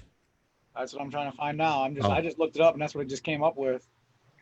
I did see something saying that before because it did say earlier. Let me see what it says. Let me see if I can got it again. Yeah, Highest because paid quarterback. they're saying everybody is in the rooms guessing. You have Peyton Manning, Big Ben, Drees Brees. Highest paid Super Bowl. Love that, Clint. Thank you for that. That is awesome. I mean, the guy's gonna fart and make $1 million. I mean, What'd you say his games was? 96,000 a game? When you broke it down? again, it's a day. That's what I'm saying. He only plays one day. No, every day for the next 10 years. Oh, that's what you did. Okay. I thought you were breaking it down by minute and quarterbacks too. No, somebody already did. There's been a couple of NFL. Yeah, names there's all kinds of numbers you There's don't want all to see. sorts of them out there. You just sit there and just want to shake your head. Oh, wait a minute. It's been a minute. He already made $96. He just made another 96. Wait another 30 seconds. He'll make another 96. It's crazy. It's absolutely crazy. I fucking hate these people. Yeah, Aaron, there it is. Aaron says it's $1.60 per second is what he's making. $1.60 per second. So I said, the dude farts and he's making $1. Literally. Hey, so you think if he dropped a $100 bill, he'd cost more time for him to turn around and pick it up? What year did Seattle win their Much. Super Bowls? 2013. 2013. Aaron Wilson was making $526,000. I don't think that's a max contract. Well, I'm just saying, I'm going by what that damn site said. And it had, Well, I'm looking at it. 2012 was 1,000,009. 13 was 526. Wait a minute, 14 was. you said Aaron Wilson. So is it? I said that's Aaron Wilson. I'm sorry. Did I say it's somebody else? Yeah. Aaron Wilson. You said it Russell. again. Is it Russell. Wilson Aaron- or Aaron Rodgers? Rodgers. Roger that. Oh, Aaron Rodgers was the highest paid? Because I thought you said Russell. No, it was Russell. No, we were talking about we're Russell. saying You Russell said 13 Wilson. minutes. Okay, Russell Wilson's contract, 2012. Okay, for Seattle was 1 million in 2012, 526 in 2013, which is who you said that when they won the Super Bowl. 2014 was 600,000. 2015 So he was on the rookie contract. Yes, jumped up to 31 million in 2015. because I found something. I'm trying to dig it back up again. I'm digging for it. It said something about 13 million for Russell Wilson in the Super Bowl. Okay. That's what I was trying to find it, but I lost Well, it apparently. Real quick, I wanted to go through and touch on all the idiots who bypassed him. So we're God. going to start with the biggest idiots of them all, the Cleveland Browns. Their quarterbacks that they decided were just freaking absolutely fantastic was RG3, Kessler, McCown, and Kaiser. The Bears, of course, I saved a whole bunch of money by drafting They had- Trubisky. they had I loved it. Jake. Oh, I'm sorry. The Browns also had Johnny Manziel too. The Oh, Bears had Jay Cutler at the time, still for another year. The 49ers had Kaepernick, Hoyer, Mullins, Ponder, and overall a total of 9 quarterbacks, and they decided not to take him. The Jaguars had Blake Bortles. They went 3-13. The Titans had Mariota. They pretty much weren't going to give up anything. The Jets, who went 5-11 the year before, had Geno Smith, McCown, and Fitzmagic. The Chargers had Phillip Rivers. They were 5-11. The Panthers had Cam Newton, who went 6-10. The Bengals had Andy Dalton, who went 6-9-1 the year before. And Buffalo went with Tyrod Taylor, EJ Manuel, and actually finished 7-9. So all of these idiots skipped on Mahomes and had the crappiest records because the Browns, of course, in 2016 went 1-15, and after that wonderful debacle of quarterbacks drafted, went 0-16 in the 2017 year. The Bears were 3-13. The 49ers were 2-14. Every single one of them pretty much could have used that quarterback. Hands down. And he makes him pay every single time he plays them too. Damn right. And they'll be paying a lot more. Oh, I'm sorry. It's gonna be the Chiefs that are gonna be paying a lot more. Well, yeah, but guess what? What is it? To steal the McMahon phrase, it's good for what's best for business. Best for business. Because Yeah. as Mr. Mahomes travels around to all these other stadiums, guess what ticket prices that all these season ticket holders are going to do and the scalpers are going to do? They're going to jack the hell out of them just because it's going to be the Chiefs. And then the next week when the Jets show up, they're going to be able to give away those tickets. Maybe. Speaking of tickets, are we going to hit the Ravens thing? Or are we saving that? I was waiting for somebody to go right on. Well, I don't know. I mean, that was pretty late this afternoon. Yep, I know. Thank you for the segue because yes, I'm glad somebody else saw it. Thank you. Go right ahead. So wing it. First, okay, yeah, I'm basically just winging it too. So first and foremost, Aren't we they're all? estimating they think at most they'll have like what 14,000 fans in attendance per game. So what is it? Their stadium seats about 70, if I remember right. 78,000. Okay. And then any season ticket holder that's paid, They paid your out. season tickets have been deferred until next season. Yep. And that So was I'm guessing the 14,000 62,000. tickets are going to be basically a free for all. I don't know. They sold 62,000 already. How are you going to differentiate on what 14,000 people are showing up? Lottery. That's the only real way to do it, and ain't nobody I paying. I bought tickets for a concert that I now can't see until 2022. I have 2 sets of concert tickets. The one I'm still hopeful for November. The other one, the entire tour was postponed a year. So Scott said lottery too. Let's just pray to God it's not the NHL lottery. why you gotta go there? I couldn't resist. I'm with you. Give me the brick wall so I can. We were having a perfectly nice conversation About the lottery. Dave, I couldn't believe I sat there and I watched the 15 minutes of it, and I'm with you. I want the brick wall. Just give me the brick wall so I can put my head through it, because I don't know whoever created that, but somebody was drunk when they came up with that. it's just that It would be Rex Grossman, would it? I will sit there and watch my 12 hours of hockey or whatever the hell it is every day, and I'm just gonna forget that lottery ever happened. Griffith says Detroit's not involved. We can't get fucked. Mary says first come first serve. Screw them all. Oh, Pretty much. Jesus. Screw them all. She says first come first serve. Why not? People are gonna show up at the was gonna say, they're gonna fucking be- weapons. Gonna be looking at. There's gonna be some violence there. Absolute violence. Oh my gosh, total violence. Yeah. How are you gonna get in? Anybody see The Purge? Oh God. Those who survive get to go in and watch the game. I think they're in trouble. Those who survive might get a roster bonus. I get a free. Talking about teams You that were survive. You survive. You get a free hat when you get in the Yeah, nice. from the team shop. No, Here's free a mask. towel. Free mask. Well, Yeah. well, speaking of the mask, Where 50,000 people get a mask. the Packers says that they will, if the Green Bay Packers, they were already talking about that they are enforcing that no matter what, whoever shows up, you will be wearing a mask going into the stadium in Green Bay. See, I haven't heard, this is the greatest idea on the planet. Fuck it. How, I have a mask. I got blinged out. I got the teeth. Y'all saw it.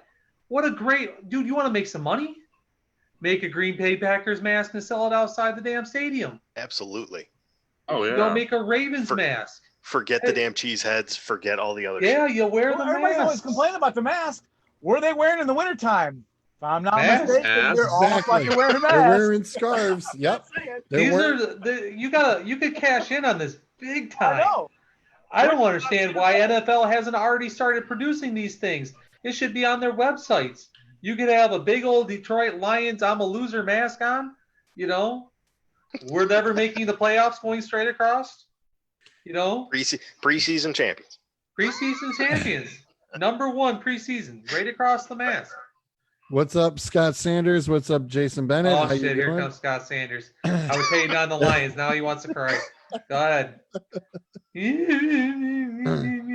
Those Denver Sanders- are best one. Football. Sanders says there will be no football. That's a whole other conversation. That's a ball of wax. And guess what, Sanders? Shut up. There will be football. There better be Stop. football. But will it finish? It'll finish. George, We'll you were finish. talking about teams that were kicking themselves. Remember, the passing on teams are the Mahomes. only ones who have to be on the field.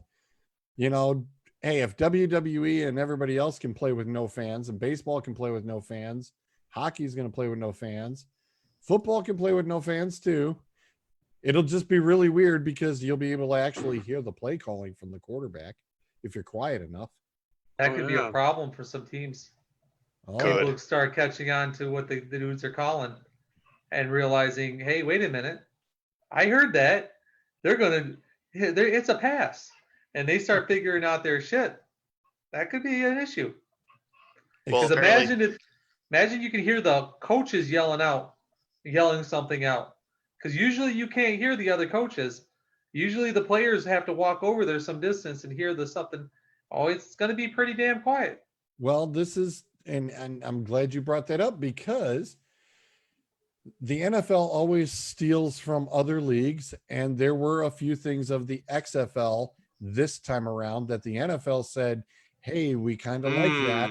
And guess what? The one thing that they really did like was that the coaches got to talk to the players the whole time up till the ball was snapped. And it wasn't just to the quarterback.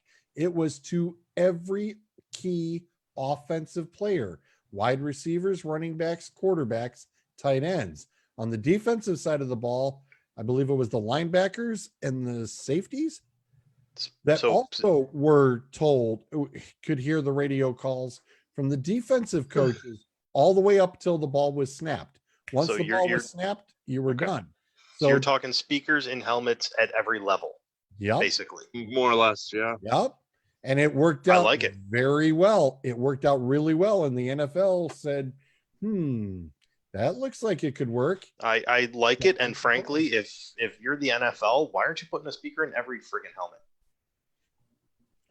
You could do, each coach could do their own line. I mean, audible line calling. I mean, once you have to sit there, the quarterback doesn't have to give the line their assignment. I mean, you need one voice technically. I've said that all along. You have one voice given the calls. The quarterback doesn't have to waste any time to repeat the calls back to everybody. Everybody it would take out the elimination if every player had a microphone, a coach had a microphone to be able to do audibles.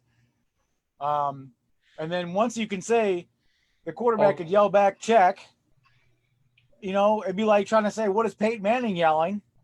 Instead, now it's just going to be the receivers are going to be able to know what routes are different, or what DBs will know what the receivers would be looking at. You know, I mean, it's a whole new playing field if every player on the field had an earpiece. Listen, I'm going to play the devil's advocate. George makes up special rules for me alone because of the person I am. Okay, they're called the Sudbury rules. They're justified. I have no problems with cheating, and I don't like to play fair. So if let's play devil's advocate. I'm the head coach. I'm Bill Belichick. I love that dude. I have everybody standing at the line. I call the play, hike the ball. First snap, hike the ball. Everybody line up on the ball. Everything. Call the play, snap it. Don't let the defense have the chance to set up anything.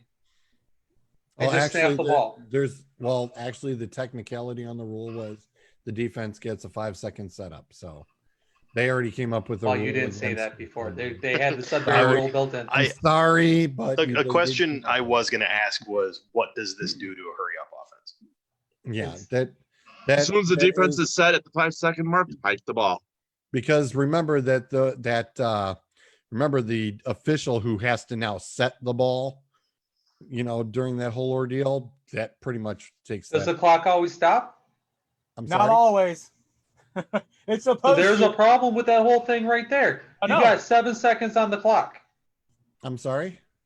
If you give the defense 5 seconds to set, and there's 7 seconds on the clock, or let's say there's the 4 seconds, the clock stops. Yeah, the clock stopped. Well, on every play. That's where the NFL will come up with something to make that weird adjustment.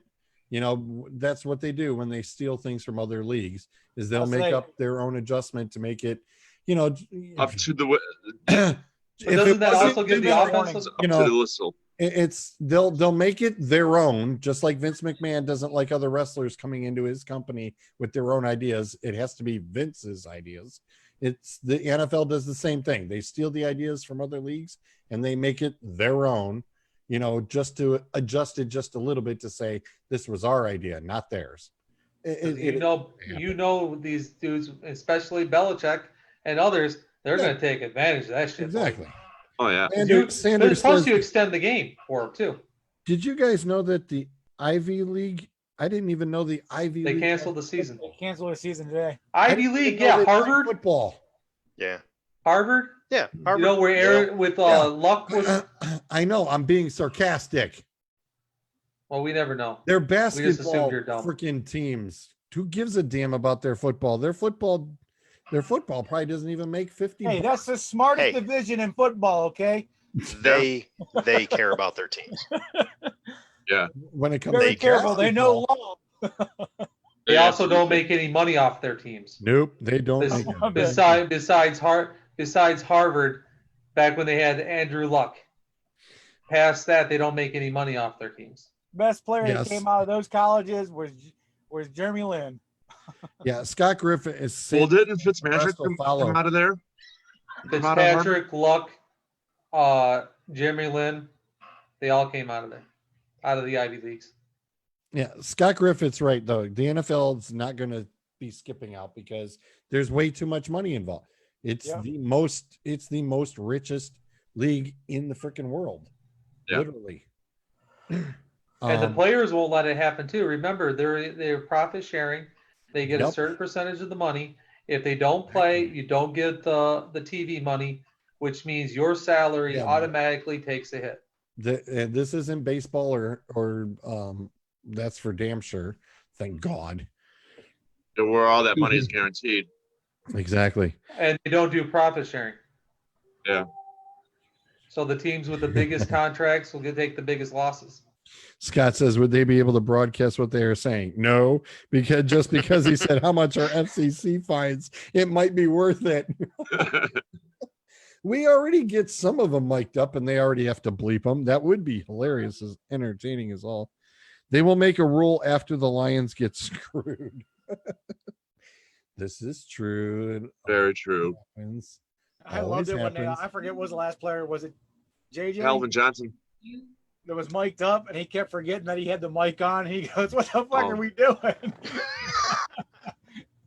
Tell Suds Luck went to Stanford and it's not an Ivy League school. Stanford's not Ivy League? No. Stanford's not Ivy, no. Harvard. I thought it was. Yale. Those guys are the Harvard, Yale, Princeton. Usually don't you throw in Stanford with that? I'm shocked. I honest to God thought that Stanford was an Ivy League school.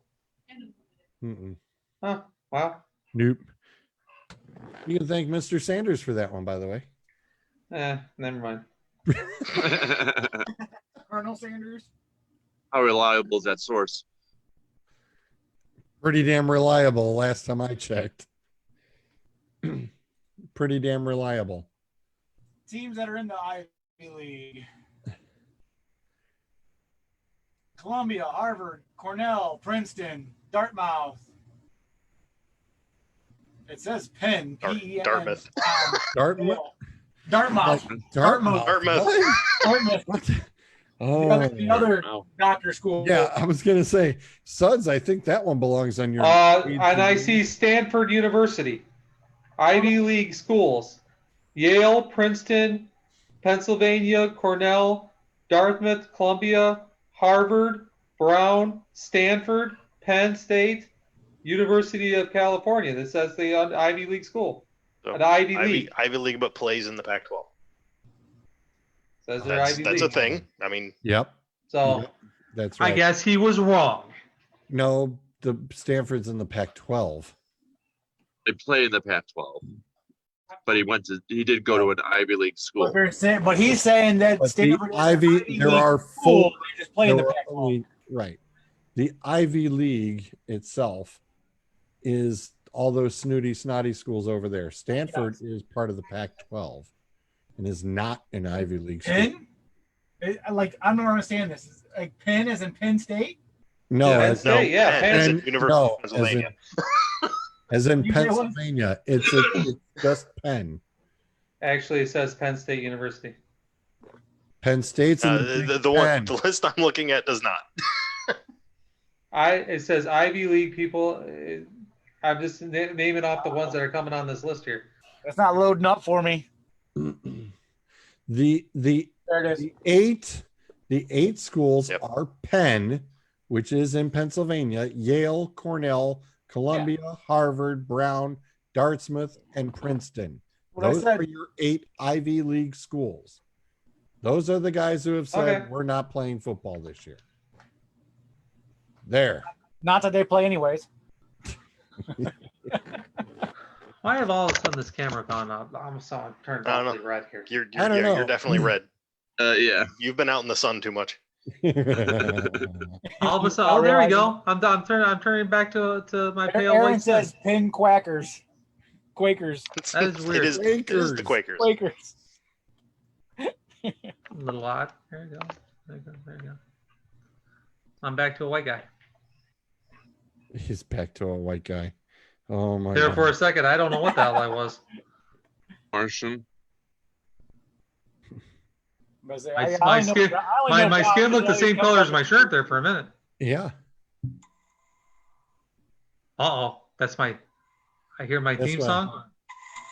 Yeah. I think it's gonna be about that time. It's that time. I think it's about that time. I think we turn around and we've Mr. Sudbury and I had Scott. Oh my God, Scott says "fuck the nerds," Jesus. and it's perfect that Sanders says the rest of the league will follow. Fucking the nerds. Okay, fine, whatever. Oh, good Lord. So, folks, Oh, welcome to Sudsy's NFL All Criminal Draft. yes. Gabe, Suds and I were talking about it, and it's, everybody's kind of been, harassing and stating that, hey, that guy belongs on Suds' all criminal team. Well, That's right. Melissa actually have a roster. Let me put it together, an actual roster, and I'm going to ask for some help. If you can come up with somebody that I'm forgetting that's either a better or a better criminal, please speak up and type it out. Let me know. Now, of course, we try to have backups if possible. So I have 2 quarterbacks, 3 running backs, 2 tight ends, 3 wide receivers, a kicker, and holy fuck, do I have defensive players. All right. Well, Dude, you need Whatever to get your you do, shit don't together. go to jail saying you have 2 tight ends. I'm just They won't be tight for very long. Well, one of them we could pretty much guess. And welcome yeah. to Dueling Aces After Dark. Yeah. yep. So can I have my theme song? I just Imagine a lawsuit. just got- did you do it? Athletes' contracts dies with COVID. What was that? Scott said, could you imagine the lawsuits if one of those athletes contracts and dies from COVID? They can sue all they want. Aaron, so all right. So quarterbacks are up first. quarterbacks, of course, are up first. Every franchise team needs a quarterback. They always have the best quarterbacks. So, of course, my number one draft pick is Michael fucking Vick, who went to jail for 23 months for illegal dogfighting ring. Don't forget. Now, had he simply not left the state of Atlanta, he wouldn't have gotten nearly as much time. But because he crossed the border, or crossed state lines, he ended up with 23 months. He played for the Atlanta Falcons, then returned to play for Philadelphia. As my number one pick overall, that's him. What was that? Now, Minions? damn, I didn't know what the Minions are. So, as my backup quarterback, okay, I have Ryan the Thief Leaf,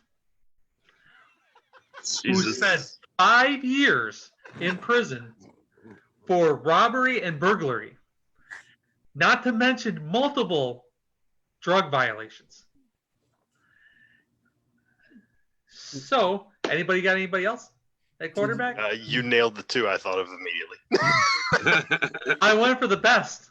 Yeah, absolutely. Yes, you did. Let's see. Room ain't coming up. Nobody. Quarterbacks. Any quarterbacks we might have missed that should be on this list that have had a criminal Anybody? record? Anybody? That were He's convicted got to of be a criminal criminal. record.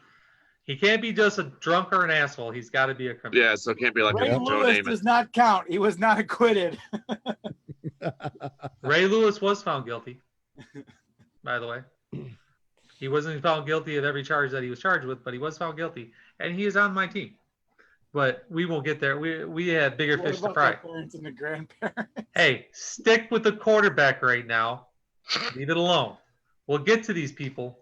I have a page and a half on their asses. Oh my God. So at starting running back, he is one of the best running backs to ever play the game.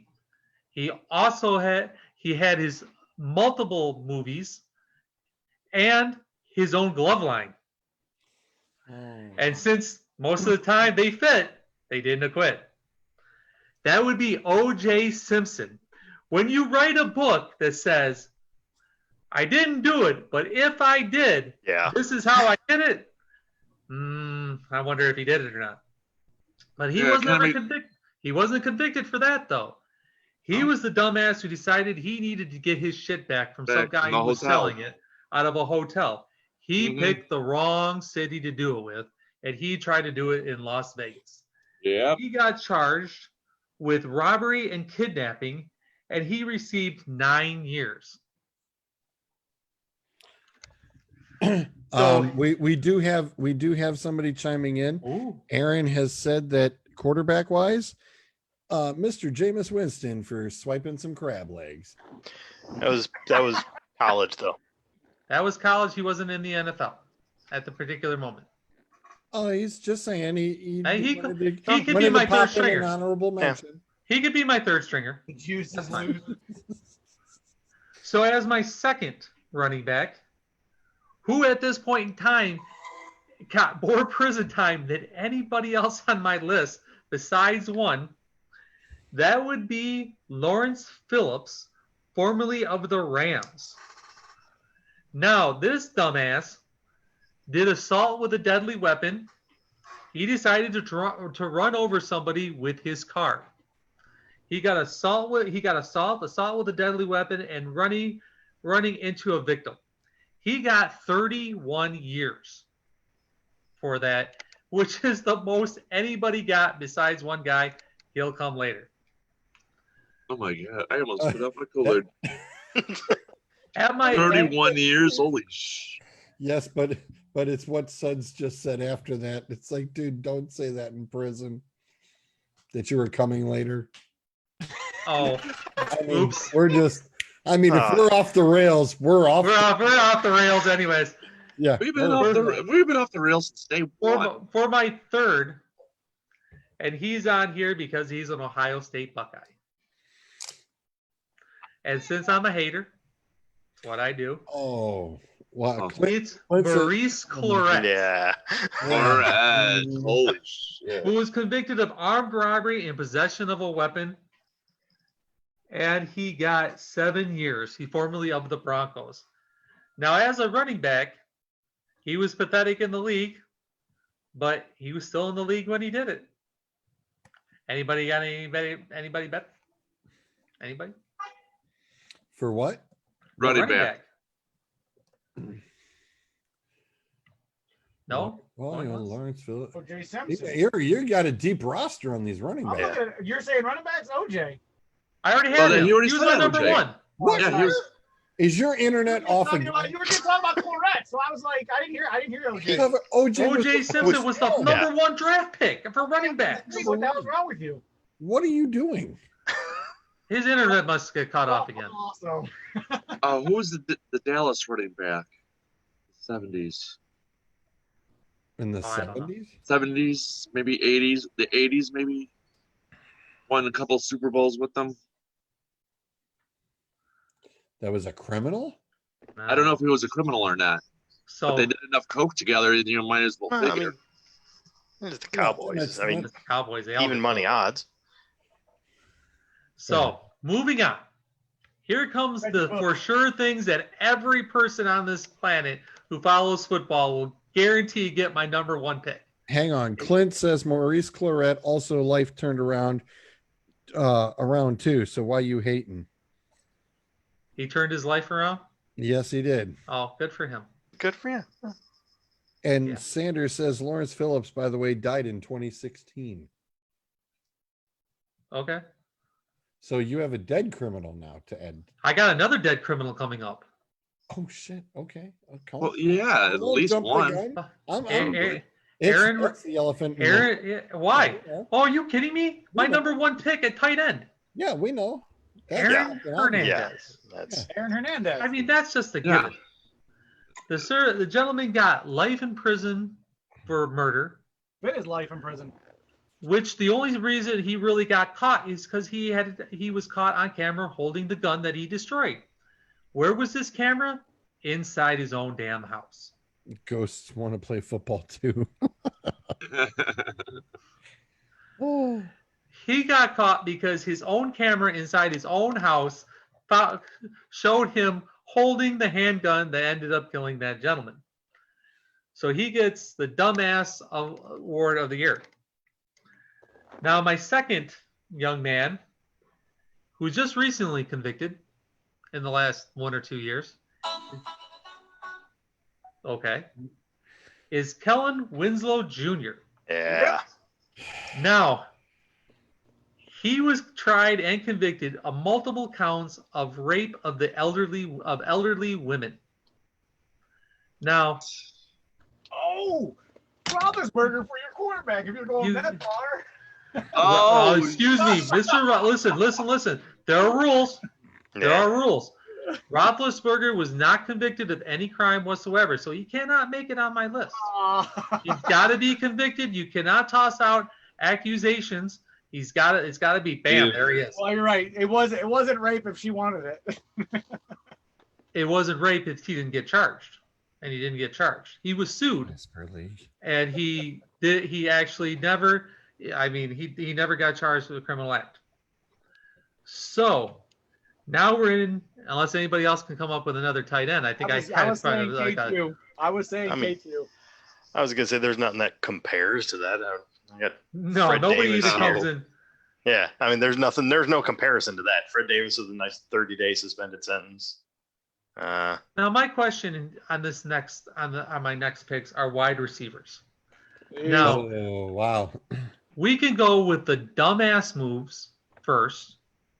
Ones which you go, really? You're that stupid you did that? Or we can go with the most serious crimes. Oh wait a minute. would you I prefer? forgot.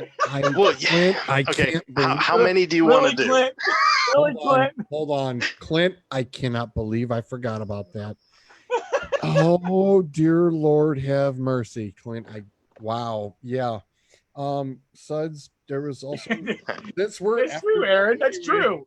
We're after dark anyway. Kellen Winslow was also caught jerking off in a Target parking lot too. So indecent Well, exposure. that's just a misdemeanor. It Still counts. It's the same guy, but yeah, I get it. Sorry about that. I just stuck with the most severe. Yeah. Wow. So shall we go with the dumbest move or the most Well, serious? it depends how many you want to do. Like if you're doing 3, I would say definitely. I got the 4. dumbest, and then I got 4. you got 4. I don't know, 2 and 2. All right, so I'm gonna throw one receiver out there. Wait. Well, I get my Didn't we already fucking have picks it? back to Let Suds do his show. This is Yeah, the Suds dude, his bit. ass. So I'm going to go with the I got most serious, and that is Ray Caruth. He decided to have his girlfriend murdered while still pregnant with his child. The child was saved and ended up being mentally disabled and got, 24 years in prison as a wide receiver for the Panthers. That would be, I believe, the most serious, followed up by Darren. Excuse me, I'm sorry. That was another defensive player, Dante Stallworth, who was convicted of manslaughter because he was driving 101 miles an hour down a street in Cleveland and ran over a homeless man. He actually only got. That was in Florida, by the way. I'm sorry, my bad. I was in Cleveland on Route 2. It was not in Cleveland. I thought that's right. I thought that was. It Cleveland was Route in 2, Florida. It was not in Cleveland. Okay. It was in Florida where he lived. He played for Cleveland. It was in Florida. He only got 30 days in jail and 2 years of probation. And he was still out of the league, though. For a year. For a year and a half? No, 2 from years? that point on. No, he came back. He came back. Yes, he did. He came back. He never played for anybody else.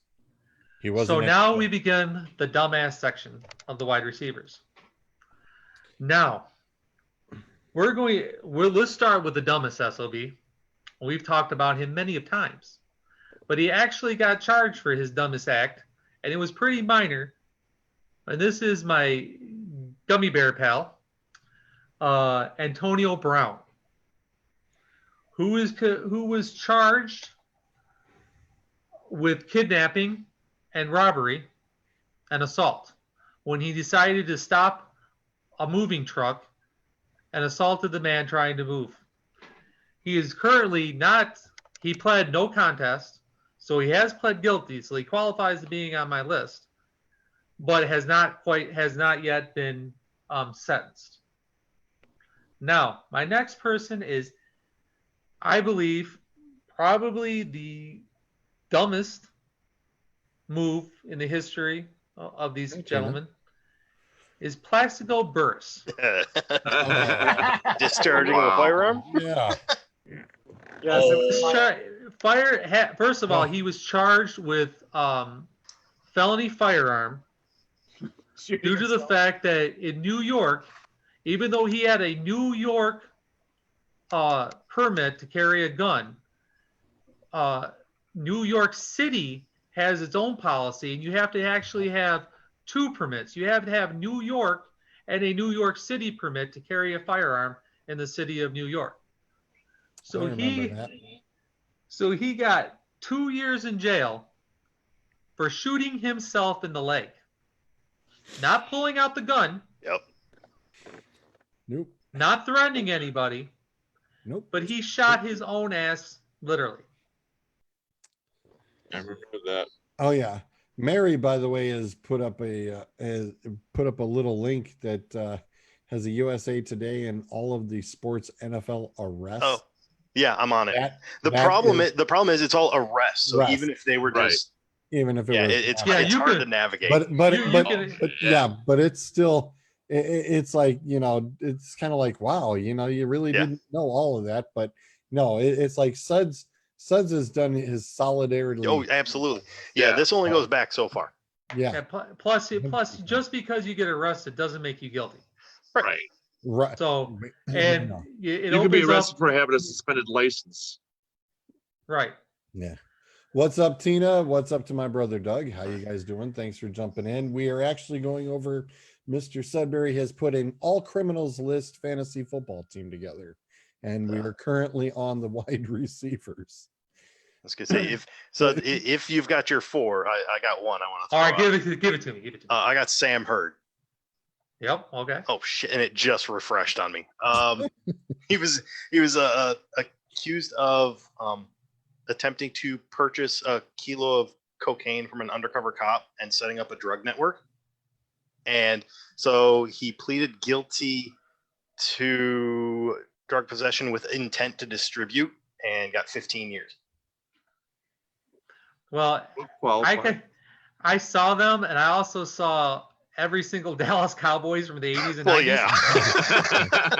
And I thought I would be kind of digging a rather large hole at that point in time if I went after the Cowboys.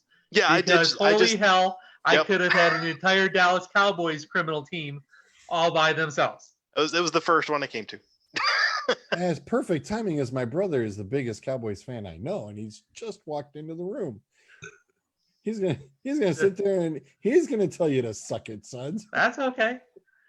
So the hardest category I found was this next. It is the kicker category. And there's only one dude that I could find that actually got on the team. And he's currently a Detroit Lion. Nice. That is Mr. Prater, the Detroit Lions kicker, holding several records in Detroit and in Denver. Plus, he also holds other records, like several records for DUIs, because he likes his alcohol and does nothing but drink.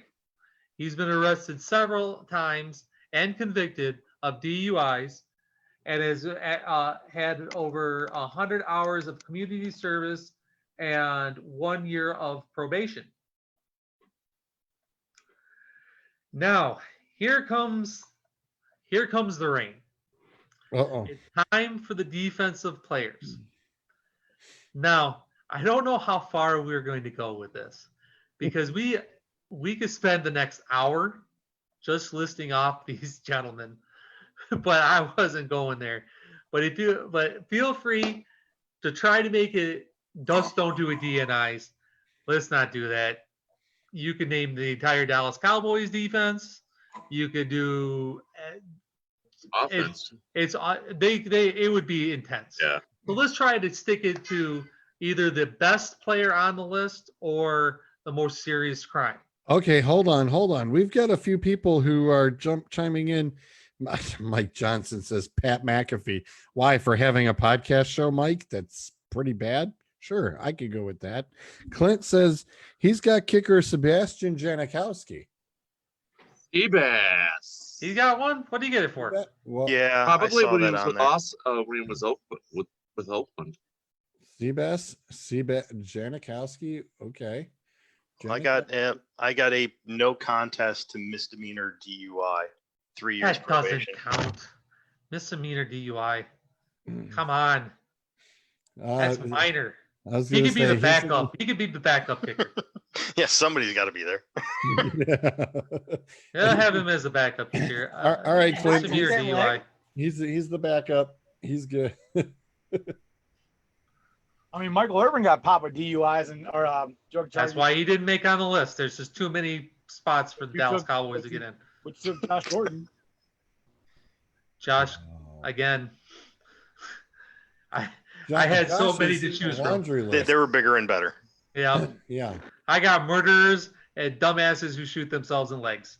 I was looking at it pretty good. I had to put Antonio Brown because he was probably the best known and best most recent wide receiver. Now, as for the defensive player, not in Georgia's drafts and NFL fantasy football leagues, a lot of the NFL fantasy footballs have defensive players. Now, if we're going to go with the all-time greats, criminals, however you want to put it, there's one man that comes in mind. That's Lawrence Taylor of the New York Giants. That's Taylor. Oh, yeah. He has been Yeah. convicted on several Mhm. DUIs plus statutory rape. Sex with a Right. minor with a sex with a prostitute under the age of 17. He was also suspended multiple times of substance abuse, and again with multiple arrests for DUI. He has been sentenced for 6 years of probation. Now this is totaling up all the different ones, not all together about 6 years. So, but the biggest, probably the most, let's say, worst one was Darren Sharper. Multiple counts of rape, multiple counts of holding people against their will, drugging people. He received 24 years in prison. Jesus. You didn't know that one? Who are you talking about, Clint? Darren Sharper. Darren Sharper, yeah. I was actually firing at Clint. Clint said something, but didn't say a name. Seabass was arrested for bar fights, bribing a police officer, and possession of the date rape drug that almost got him deported. There you go. Yeah, that's who he's talking about, Seabass. Again, Okay, he's got to be the starting running. I'm gonna have to move him out. He's got to be. If you're gonna have that much, he's got to be the starter. I He's thought got to become my starter. Ain't raping you. What are you talking about? He just He's nailed got to that be the 60 starter. yarder for you. He's obviously a much more bigger criminal than Prater. I thought that was Yeah. in college though. For Ooh, Seabass. that changes it. No. Oh. Probably with Oakland. I'm telling you. We have to get a year. I need a year. I'll dig it up.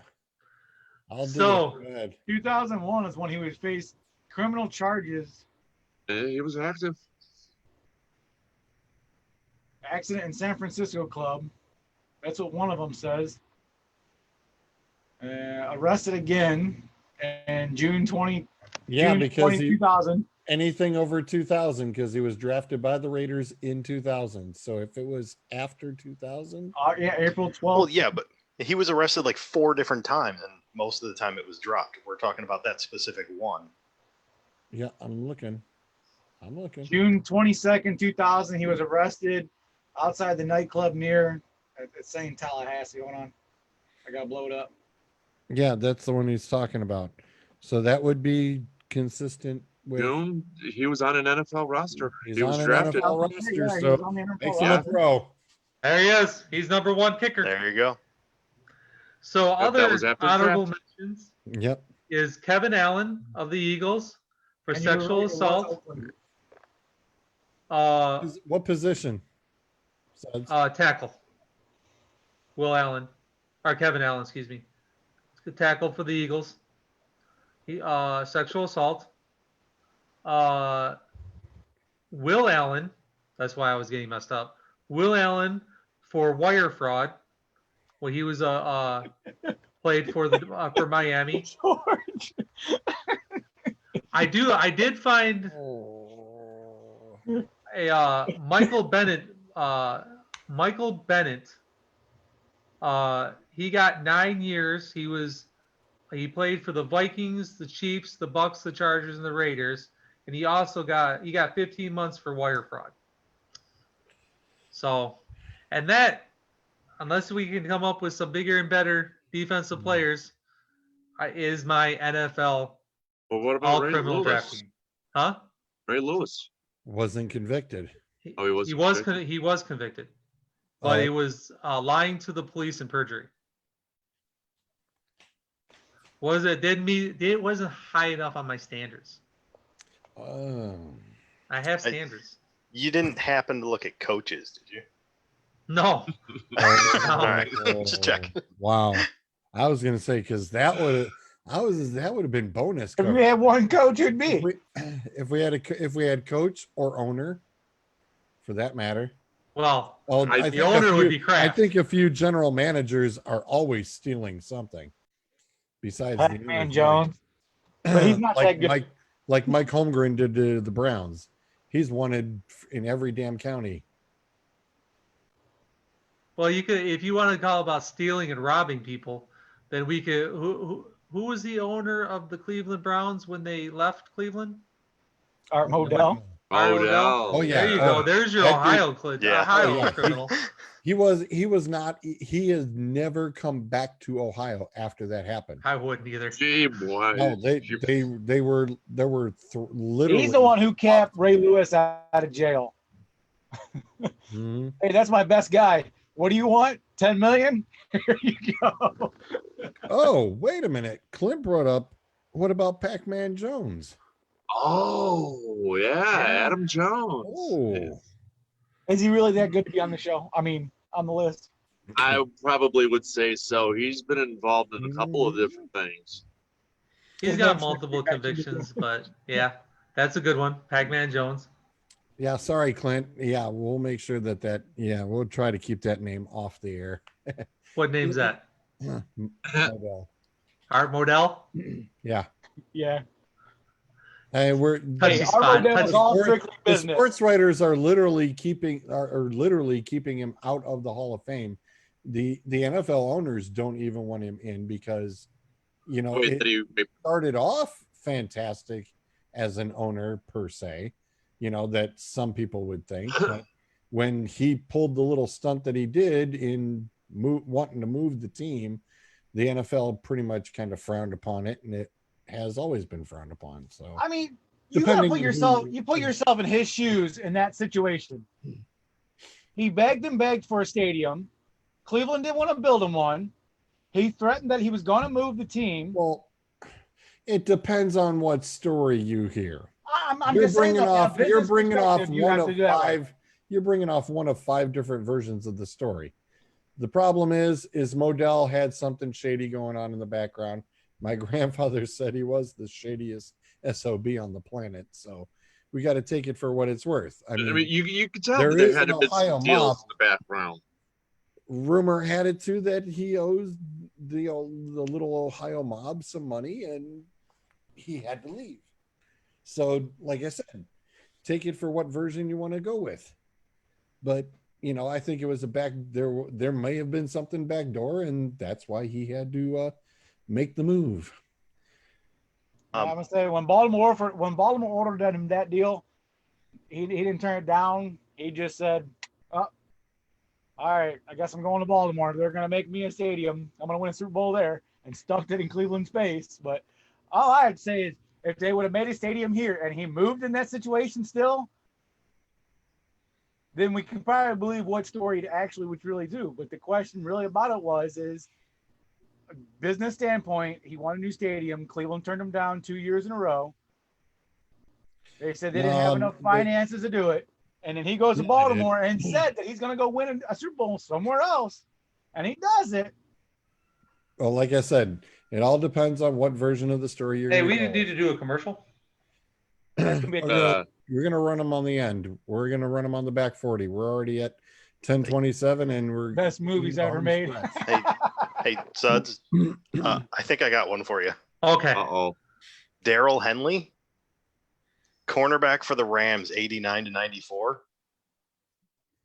Henley was on trial for trafficking cocaine when he reportedly attempted to have both a witness and the judge in the case killed by hiring hitmen, serving a 41-year sentence. Okay, he makes my list. What was his name again? Daryl Henley. Wow. Hired a hitman to kill the judge. Holy wow. Who do you play for? The Rams. Rams. Rams. Back then it would have been the St. What Louis position? Rams. Corner. Corner.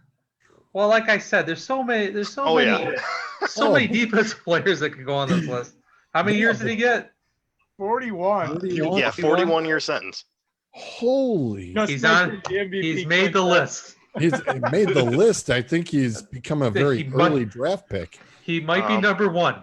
I don't know how you could bump Lawrence Taylor. Yeah. I mean, No, but Clint just said you make him the MVP. I'm I had somebody on this list. I had more than one dude get I had one dude get a life sentence and another dude who should have got a life sentence. who should have was convicted. I was going to say. Listen, when you're a big enough asshole to write a book that says, "I didn't do it, but if I did, this is how I did it." Yeah. This is how it should have been done. Yeah, you.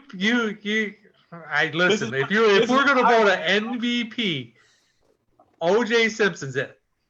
OJ, Speaking of running back, Dave Meggett, I saw him on the list. I saw. has a history of sexual misconduct, currently serving a 30-year prison sentence for robbery and rape. Oh shit. Yep. Well, he was actually one of the people I was looking at. Yeah. But I needed to throw in shade on Ohio. Oh, yeah. So I had to do Maurice Claret. But Maggie was there. I saw that. But I had to throw shade, so. Aaron, turn around. I'll just steal the quote from Aaron earlier. He also reiterated, "Suck it, suds," just for that. That's okay. This is my job. Yeah, we know. This is my business, and business is good. Yep. All right, jumping into our last on the running on the way home here topic. Major League Baseball, 60 games in 66 days. This is I just pulled off through just the Indians and Tigers schedule. Somebody started off in the beginning saying, "How many times do you got to play the Reds?" Well, the problem is because the West is playing the West, the Central's playing the Central, and the East is playing the East. They're going to try to keep COVID divisions, I guess, pretty much at this point.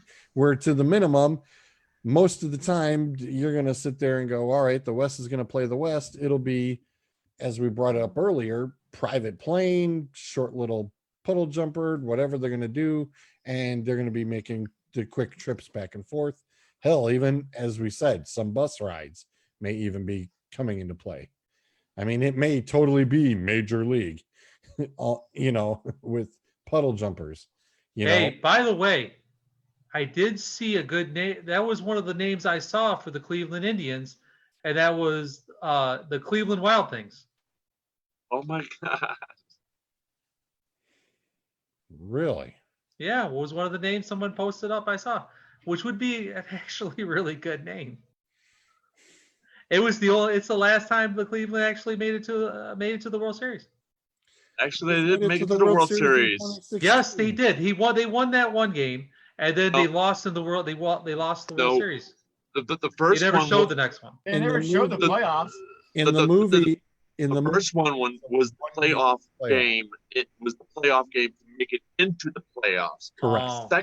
The second one was a league game, like the league championship, to get into the World Series, not the World Series itself. Okay. Correct. And then the third one was just so God bless God it. bad, yeah. Minor league. That was the We won't even This freaking is the acknowledge Buzz. it. There's another name. The Cleveland Buzz. Yeah. No. There you go. The Cleveland Buzz. No. Although I've seen buzzards. That's what I said. The Cleveland Buzzards. Yeah. Really? Cleveland Buzz. It can't. No, it cannot happen. Oh, he Don, can. what's happening? The biggest thing I saw here, it's how they've got the schedule set up was I'm looking at 1, 2, 3, 4, 5, 6, 7, 8, only 9 days off, period. The Tigers are literally railroaded and don't get a day off until they play 20 straight days in a row. The Indians get theirs at 16, but the Tigers are the worst ones out. They don't get theirs until 20 days out. Yeah, their first day off is August 13th. Yeah. And then they play another 15 straight.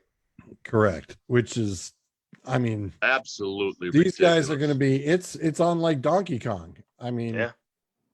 The scarier part is what are you going to do with these rainouts? Because you know that these games are going to be, you may be playing 2 to 3 games in a day just to make it up. You're not going to be able to push it back. Yeah. Well, they actually have 4 days off in September. Schedules, these teams are close to each other. Like they're not spread out. Take for an example, like the Indians. They're going from Cincinnati to Chicago. They're staying in Chicago playing the Bears, and then they're going back to Detroit, Pittsburgh. They're within a 50-mile radius of each other. Well, like you said, but when you're gonna try to have to play, go Cincinnati, St. Louis, Pittsburgh, and then all of a sudden you got to do from St. Louis to Chicago, or have to try to make up the games. You've only got you have a very tight. This is a tighter window than some stripper poles. This is what you get paid millions for. 60 You days. think they might try something cute and have a mixed opponent doubleheader in the case of rainouts? Yeah, they might have to if the schedule can fall right. I would like to give a shout out because to it would Akers. have to depend on the other central teams. Right. Off. I'd love to give a shout out to Mr. Akers. It's now 10:35 and he's still Yeah. on. He's still here. Hey, he don't jinx it. It was 10:42 when he pooped the bed and did the disappearing chair act Oh, last my week. bad. Sorry. Yeah, you jumped the shark. Jump the shark. Okay, Mary says that schedule sound hey, Sanders has got it. The alcoholics will be offended by the name Buzz. So guess what? You can't have it. yeah, that's right. Politically correct. New York No buzz. at the end of the first half, their farthest travel is Toronto to Miami. Oh no, it's back home, back to New York. Or Boston to Toronto. Going by some of these schedules, these games are close by each other. Well, New York to Miami is not. Toronto to Miami is not. No, I'm saying they're in Toronto, then they're coming back to New York to face Miami. Speaking of which, In the Yeah. September. did you Sorry, guys go bring ahead. that up last week about how Toronto is even playing, where they are playing? No, because our No. MLB guy wasn't here. Oh, yeah, and he's not here tonight either. That's right. son of a bitch. Birch, you're at. All right. You're out. Yeah, I was just as soon as you said that, I'm like, wait, are we playing in Toronto? Hey, are we gonna do the best It's in Buffalo. movies? Still Best movie thing with the sports? no. Because the only time I'm gonna mention soccer. Still to be determined where the Blue Jays play in 2020. They're still stating off that it may be at Buffalo. Tropicana Field with the Tampa Bay Rays. So it looks like there won't be any back and forth going across the border. So that's what I was at. So these are not going to be like games at the Jake. They're going to be in one location. No, you're playing at they're playing at their own That's stadium. okay. That's what I thought. They're playing. at their own That's what I stadium. said. What if we come into 4 or 5 days of rain? What the hell are these stadiums that are outside going to do? Well, You can't play doubleheader. they're going to have. There's no damn way. They have to change the whole roster then. Or they're going. Well, the roster is expanded. The roster Yeah. already is expanded to 50. Yeah, it's like It's already 50 been doubled. Yeah. The roster's been doubled for crying out loud. Because all them Yeah, pitchers are and- just going to get eaten up. Plus the taxi squad team. So, oh yeah, it's going to get chewed up big time. I do not doubt that you will see split squad games like it was preseason for baseball. I wouldn't mind doubleheaders. I'd be okay with that. But If you get doubleheaders if you get 4 or 5 days of rain, travel. yeah, if you get 4 or 5 days of rain, though, it's You're going to be a hosed. nightmare And the next time you play, you're going to have to play double headers every day. every single day. If And not, always remember that one game does count. Yes, it does. Now it does. well, they were already. The wild thing is they're already predicting that even with 60 games, if they went how last season started off, they said they'd have 5 teams playing the playoff play-in games. How the heck are you going to try to figure that out Told you. on who gets to qualify to play the play-in game? With Just to I know play in another. how to game. do that. I know how to do that. You do that with a lottery. and you A lot contact of- the NHL to figure it out. How many losses you got is how many balls you get. Man, can you imagine that? Oh, The number.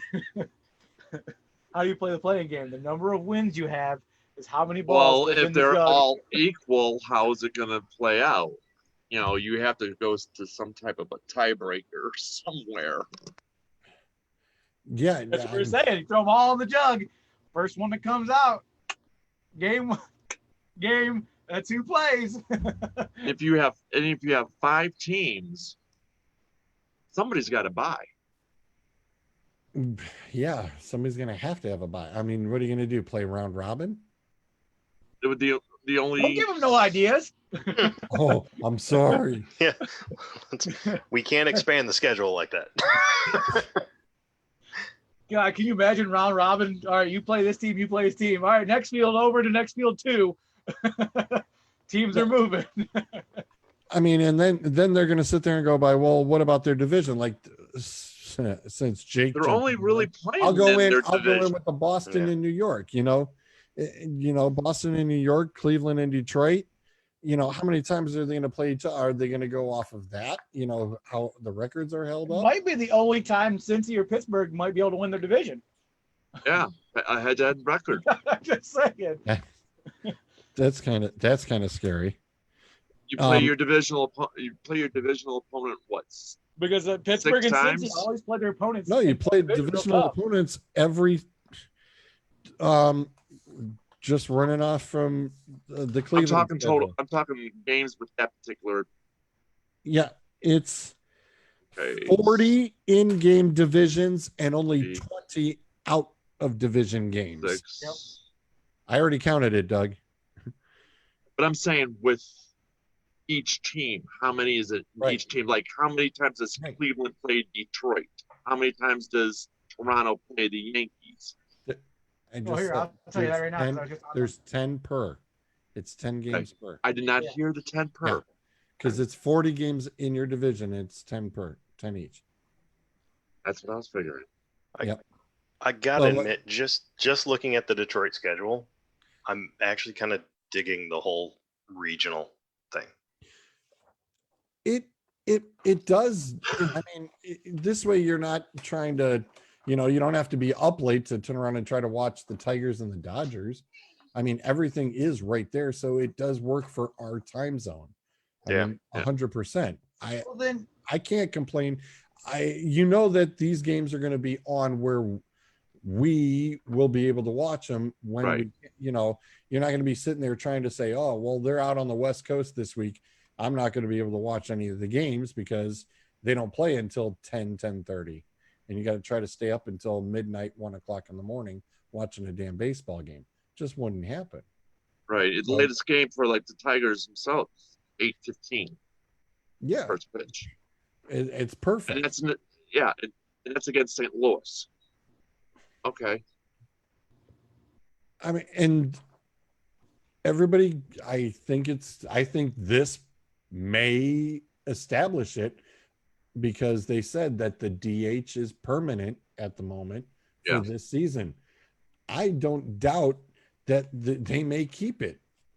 They were already last year. this is the only way to save the pitchers. Well, the other thing is the NL hitters last year alone combined batting average was 190. Yeah. That's Fun for ridiculous. everybody. That's It's almost stupid. a guaranteed out. It's stupid. It's totally stupid. So you might as well have it. And I think this strange 60-game season, I think this may solidify it, that the DH would be there to stay on both sides of the league. As much of a baseball purist as I am, I wouldn't mind having a DH in the NL. How many more times could it have saved arms out of the NL? Oh my God. A lot. Yeah. Yeah, it's even too much to even count. Too much to even count. And you have pitchers that are doing career 105 batting averages. It's a guaranteed out. It's pointless. So, You know, I mean, he's you're either gonna be he's either playing- he's either going to strike out or he's going to punt. There is no other option. if we're doing division against division, it's It's- really the East versus the East. So basically, New York, Tampa, Boston, Toronto, and Baltimore Yep. versus Atlanta, Washington, New York Mets, Philadelphia Phillies, and the Miami Marlins. The East on the Nationals isn't really all that strong compared to the American League, where they're facing 3 teams that are normally the strongest in the league. Boston And then you have and the 2 Yankees West, and Boston Yankees, and who's the third team? Tampa. Really? Tampa actually finished second last year in the division. Then you have the West with Astros, Athletics, Rangers, Angels, and the Mariners facing the Dodgers, the Diamondbacks, the Giants, the Rockies, and the Padres. Like the only The only strong that team was is the Dodgers. I mean, and then Astros, but I mean, other than that, the 2 Central teams are almost equal. NL Central could match up to the AL Central easy. That's what I'm saying. I mean, the Cardinals, the Brewers, Easy. the Cubs, the Reds, Pirates. Against, Which is why, like a White tiebreaker is probably going to come down to, your record head to head or your record against your common opponent in that division, or let's say that the like your rosters- AL Central. So let's say the rosters don't change as much. Let's just say that they're still mediocre what they normally are right now. Who's winning the East in the American League? American League East. I believe the favorite would be Yankees, but I don't Why? see them. Only because they're the favorite for some stupid reason. I mean, right now they got the strongest pitching. I was gonna say, just That's what I'm saying. who's opting- just who's flabbergasted opted out? about it. let's take a look at the stupid issue of who's opted out. Okay, I got that list right here actually for Major League Baseball. See, that's exactly why I got you, man. All Segue lead. right, So who's our opt players who are opting out: Arizona Diamondbacks, only Mike Leake. Atlanta Oh Braves, man, I'm about to get kicked. Atlanta Braves, Felix Hernandez and Nick Markakis. Hey, 10:46. He made it. A few more He minutes. made it 1 minute longer than he did last week. It's a new Yay! record. Hey. Hey, I'm starting to get like more frictions here. Okay, now he looks He's like hoping. Come one on, of man. Come back. Oh, he came back. Oh, he froze again. I was gonna say he looks like one of Jeff Dunham's puppets. okay. Oh, shit. Colorado, only Ian Desmond. LA, only David Price. Washington, Really? Washington suffers 3: Joe Ross, Ryan Zimmerman, and Wellington Castillo. Well, I don't have Ross on my fantasy league anymore. I traded Zimmerman, and I don't have Castilla either. So that's good. Okay, I'm good. So far, none of my fantasy guys have opted out. Okay, Yeah, that's I the think- most up-to-date list I can find right now. and I was gonna say, isn't Price on a minor league deal? Yes, he is. He's back on. No. So big deal, Price. Right, exactly. Have a nice Well- day. He posted on social media to the Dodgers fans. Price said that he decided it's in his best interest of my health and my family's health for me not to play this season. Okay, sit down, whatever. Yeah. So in other words, you were gonna suck anyway in the minors, and you're just gonna sit at home and get a free check. All right. Have a nice day. Yep. Next man up. Yeah, Exactly. that's one of the things I would like to really look at What's some that? point in time. Taking a list of everybody who's decided to sit out and seeing where their contract really is at. How much money are they meant to make or lose, or how much money they're going to gain from it? Because there would be some players who opt, I'm going to go to the minors. Well, if I don't go down to the minors, I stay in the major leagues, I get paid X amount of more money. So therefore, sitting out is in my best interest. Or all my money's up front already. I already made all the money. My major money already. And I'm playing for the minimum. So there's no point for me really to play. Well, Felix Hernandez is also another one who signed a minor league deal and they decided not to play. Okay, whatever. And I know, of course, we've got Crybaby Trout who's going, oh, I don't know what I want to do. Yeah, Doesn't he get hurt every other year though? Yeah, exactly. I was gonna say, I'm glad I traded him in my fantasy league for Mr. Yelich. It was a good deal for a guy who turns around and gets injured 3 times a year. I'm glad I dropped that egg with easy, real easy. There's only a couple, like, if you want to consider them big name, but really not big name. Markakis, Desmond, Castillo, and maybe Zimmerman. Those are the only ones. Markakis will hurt. The thing is that fans who want to see baseball are going to always remember this and will despise them. I have zero problem with it. Yeah. None. They Them won't sitting hesitate. out? You know me. They I won't have zero hesitate problem about with any of them sitting out. There's always If you want to, I mean, you're not getting paid, Yeah. and that's your choice. Yep. That's perfectly fine. I am 100% okay with it. What if they're sitting out and their money's guaranteed and they have to pay them? I think you'd see a lot more of it. Yeah. No, some people's contracts are guaranteed. If they're Okay. guaranteed, and regardless of whether or not he plays, they have to pay him, and they gave him their option, and he sits out, are you still okay with it? That's not. Yeah. I am. Yeah, but it's not. That's not. That's not what got agreed upon. There's no guaranteed money. There is no. I don't think there is any guarantee. There's no guaranteed money floating. No guarantees. None. They're There giving is them the none. options that are more welcome to sit out, but they'll still be under contract. Right. You're just under contract. Just like what they were stating with the NFL players is that if whoever decided to opt out, it's automatic that their year that they are skipping is added on to the end of their next contract. And when they come to play the next year. So the team owns their rights for an extra year. Yes. So. Which it should be.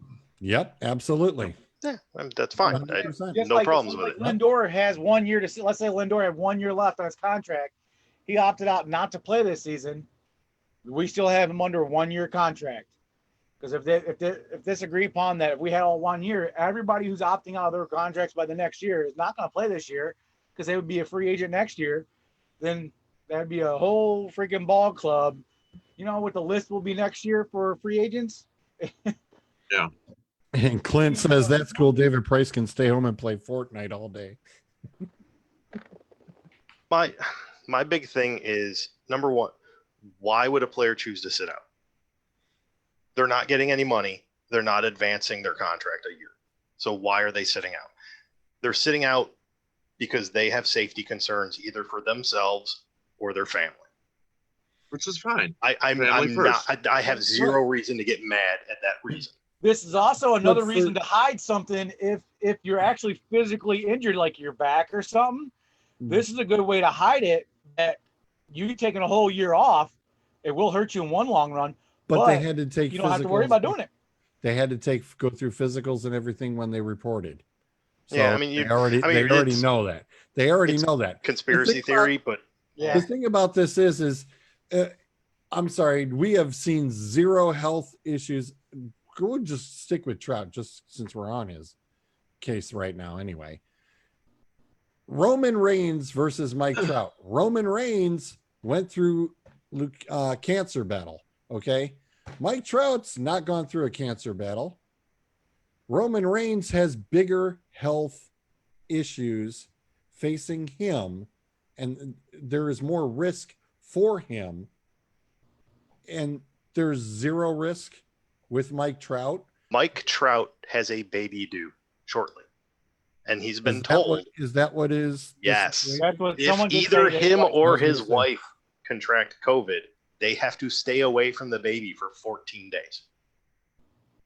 And with a newborn, you don't want to do that. Breastfeeding. So that's why. So that's his out. So Yeah. then, I mean, if that's the true out of it, then like I said, out of it, then he has to. And to be perfectly honest, though, I don't need that explanation. No. If you're concerned, you're concerned. I'm perfectly okay with that. If you come out and say, I'm going to sit the year because of COVID-19, it's just too high of a risk for doing anything, I don't have a problem about it. But if you're going to say I'm sitting out just because I don't feel like playing this season and I'm going to get, like you said, I'm guaranteed $10 million anyways, then I do got problems. Right. Yeah. You But sit I mean, out, you don't get if you're going paid. to sit out because you're afraid that you don't, and I'm not saying you're afraid to get sick, because like I said, we don't really know the health conditions some of these players get. They could get sick real often in the wintertime, and that fall time, that's just going to make them more vulnerable to this. Then it's a, sit out, protect yourself 100% with that.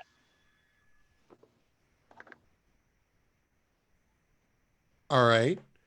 The next point that everybody would bring up then is, well, if they're, somebody's at work and they're just like, well, hey, guess what? I've got a concern because I could be at risk, and all the nurses and doctors are still, of course, working. Yeah, but they're not making anything. When we're going to work, we have to make something. I understand that. This is their job, right? It technically is their different job. Profession, no. I understand, but we're talking about this is still a job. It's technically still a job on this planet. It's not jobs that we can turn around. Not everybody can do, but it is still a job. The only one that should be more concerned with anything is the replay guy.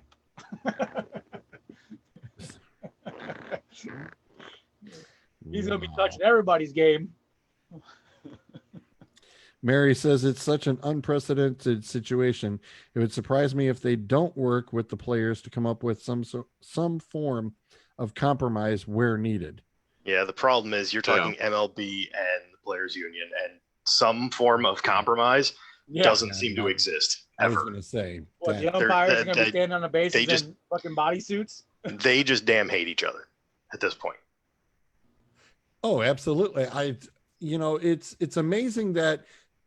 How did the NHL get it right and Major League totally got it wrong? Well, I mean, George, I don't think we actually talked about it on air, if I remember right, but how the NHL put their group together to actually come up with their program, how this was going to work.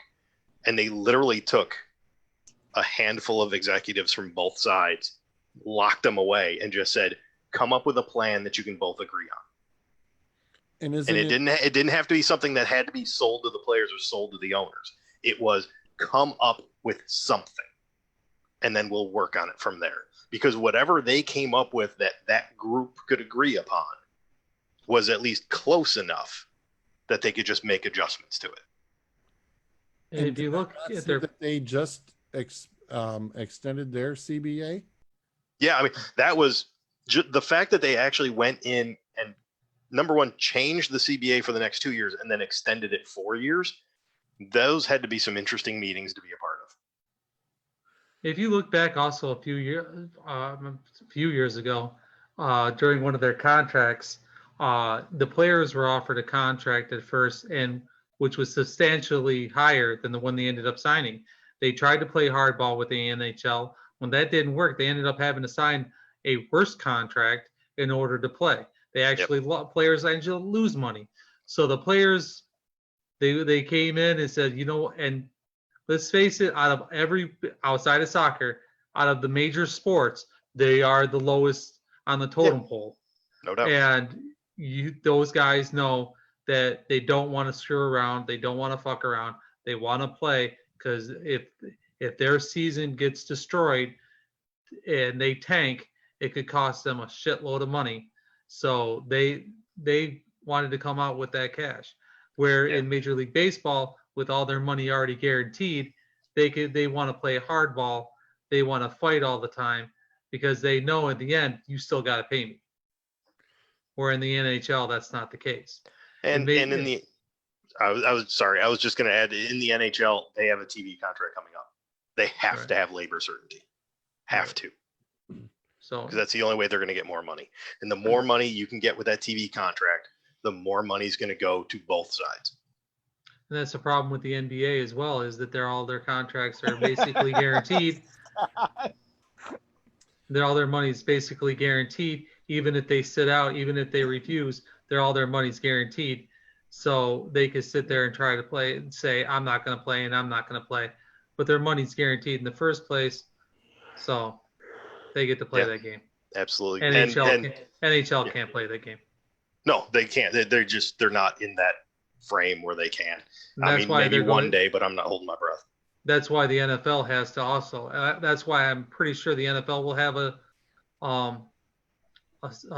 they'll have their season, because the players' money, most of them, besides obviously the bigwigs, their money is not guaranteed. You can be cut the next day. Your injury, if you don't play, you ain't getting paid.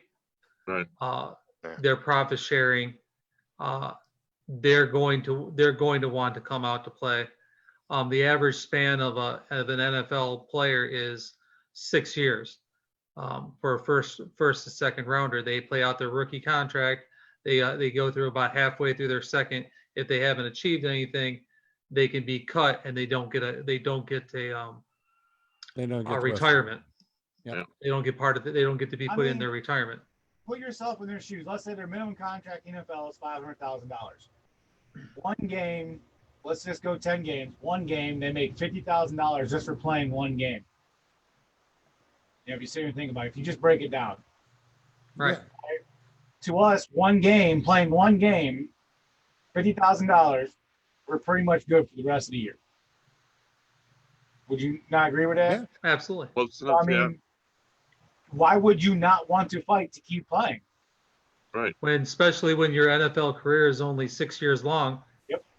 And you take that 6 by 16, you're talking what, 96 games? You only have a 96 game window of opportunity to make that money. If you skip an entire season, There's 16 of them right there. you potentially, especially if you're a rookie, take some of these guys coming out of college right now going into the pros. They miss it. They may never play. They may never see the football field ever again if they don't get in there now. So they need to take the opportunity to play.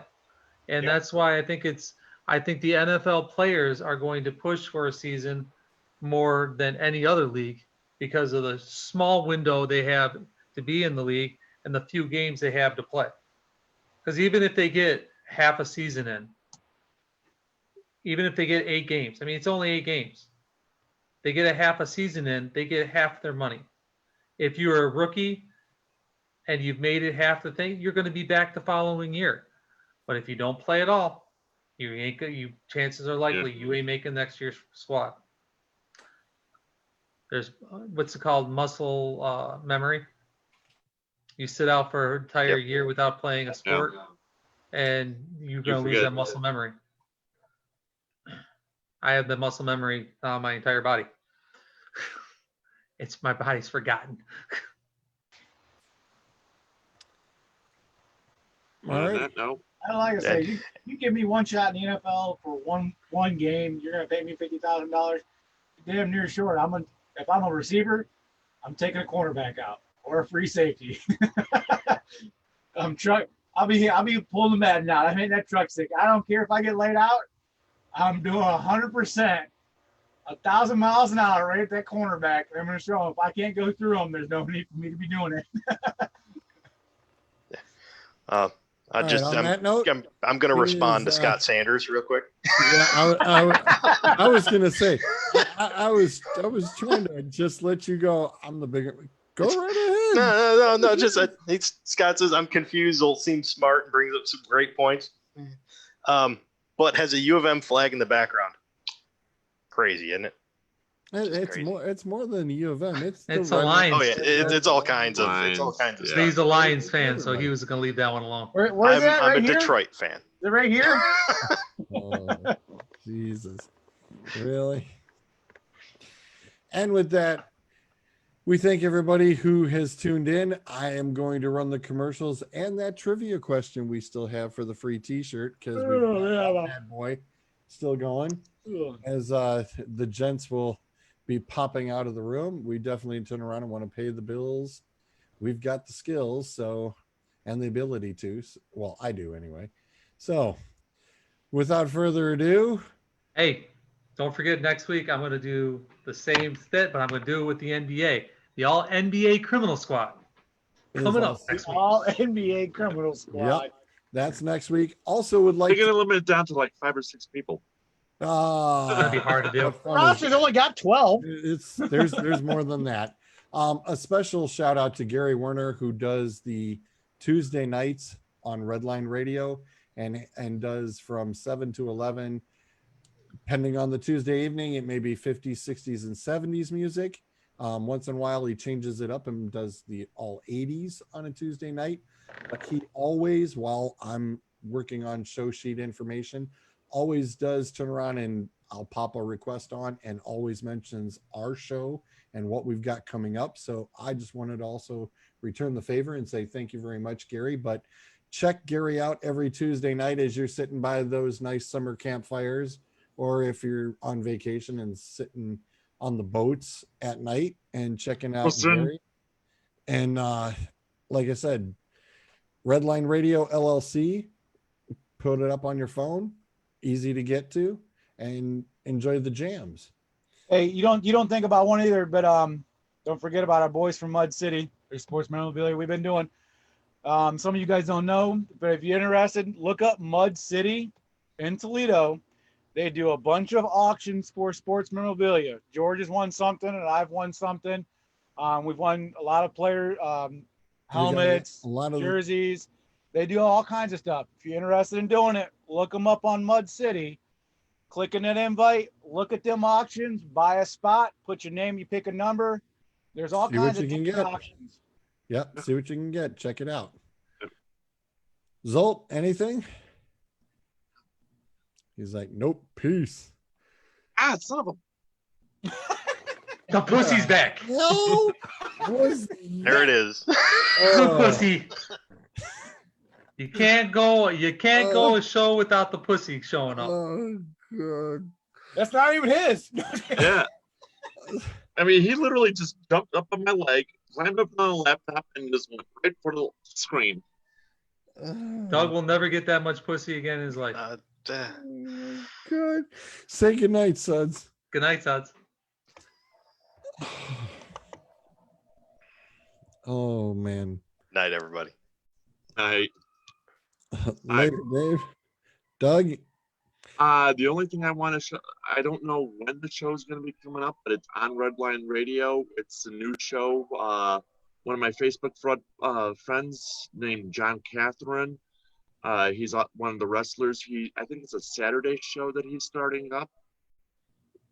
Dave, if you're watching or whatever, you may know something about it. 'Cause I've seen him advertise or have like the Redline Radio logo Is in the he background. is he going to be a guest on? No, he's going to be a host. Bastards. He's going to be a host of some show, and I don't have Facebook up to. Okay, it must be something new upcoming. I know Yeah. that on Saturday already from 1 to 3 is Hot Tag Wrestle Corner with That might be it with because he is a wrestler. Well, no, because Clint and Rob have been doing it for Oh. a very long time already. Oh, okay. So, if he is a wrestler, the Bearded Bastards on Thursday nights, those fellas are a lot of independent folks. But like I said, I know that Dave has been in the works with a couple other things. So as that comes up, I'm sure Dave will also let us know. We'll turn around and definitely plug them as well. Aaron, appreciate you jumping in. Aaron and Jake both actually, Socks and Sneakers, 4 to 6 on Saturday afternoons. Make sure that you tune in on Facebook and Redline Radio, I should say, and or Redline Radio LLC, and listen to their show as well. Thank you all very much for tuning in. And again, check out this trivia question for the free t-shirt that we have. Oops, wrong window, of course. Dude, I popped up the wrong slide. Isn't that just fun? Go figure. Leave it up to modern technology. It's killing me. It's killing me. I'm telling you, it's killing me. I cannot believe it. Trivia question is, there is a service that has been conducted for generations. The service is a rotation of 2 men. If one should die, It's next man up. Excuse me. All those who have served until they have died. So that is our trivia question. There is a service. This is a sports question. There is a service that has been conducted for generations, very long time. So you're definitely thinking over 100 years. The service is a rotation of 2 men. If one of the men should die, it's the next man up on the list. All of those who have served in this until they have passed away. If you happen to turn around and come up with the answer, please post it in the comments below for a Dueling Aces t-shirt. And with that, I will now officially kick off. Come on. Our commercials. Come on.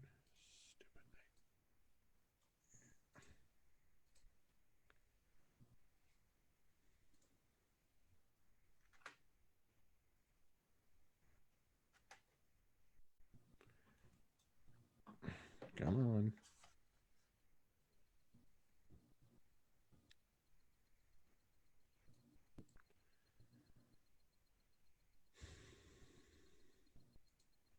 Detroit Auto Parts is a proud sponsor of this station. Save 10% off your order when you mention Redline Radio. Serving 2 locations in Cleveland. The East Side, 480 East 200th Street. Phone number is 216-531-7373. And the West Side, 4941 Pearl Road. Phone number 216-398-7373. It is the home of the Detroit Auto Parts Studio.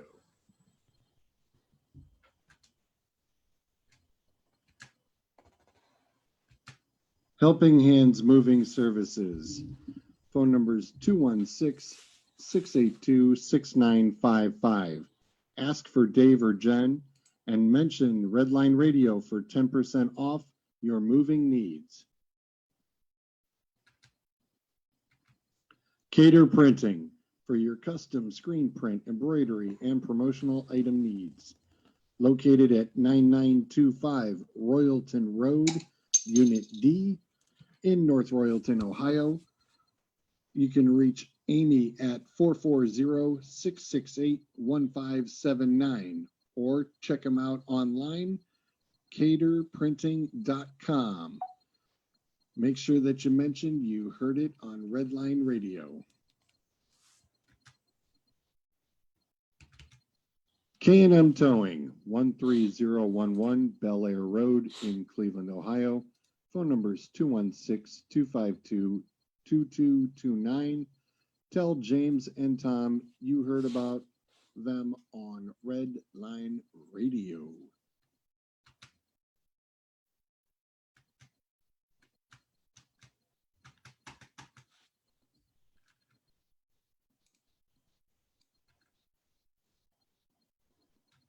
Looking for that NASCAR diecast? Pit Road Diecast has a large selection available. Call Bill at 216-355-2347. Mention Redline Radio and get $5 off your purchase.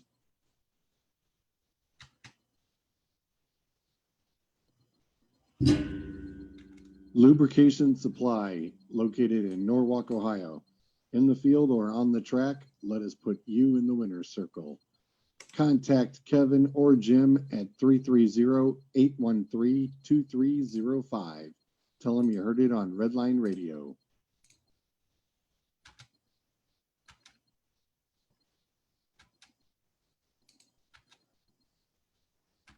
Wiggins Construction and Home Improvement.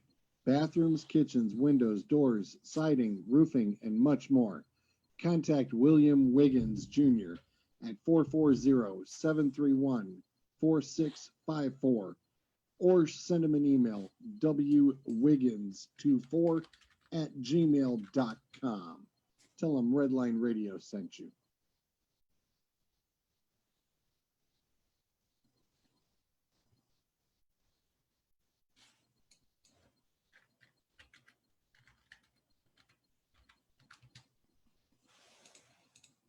Shut up and sit down.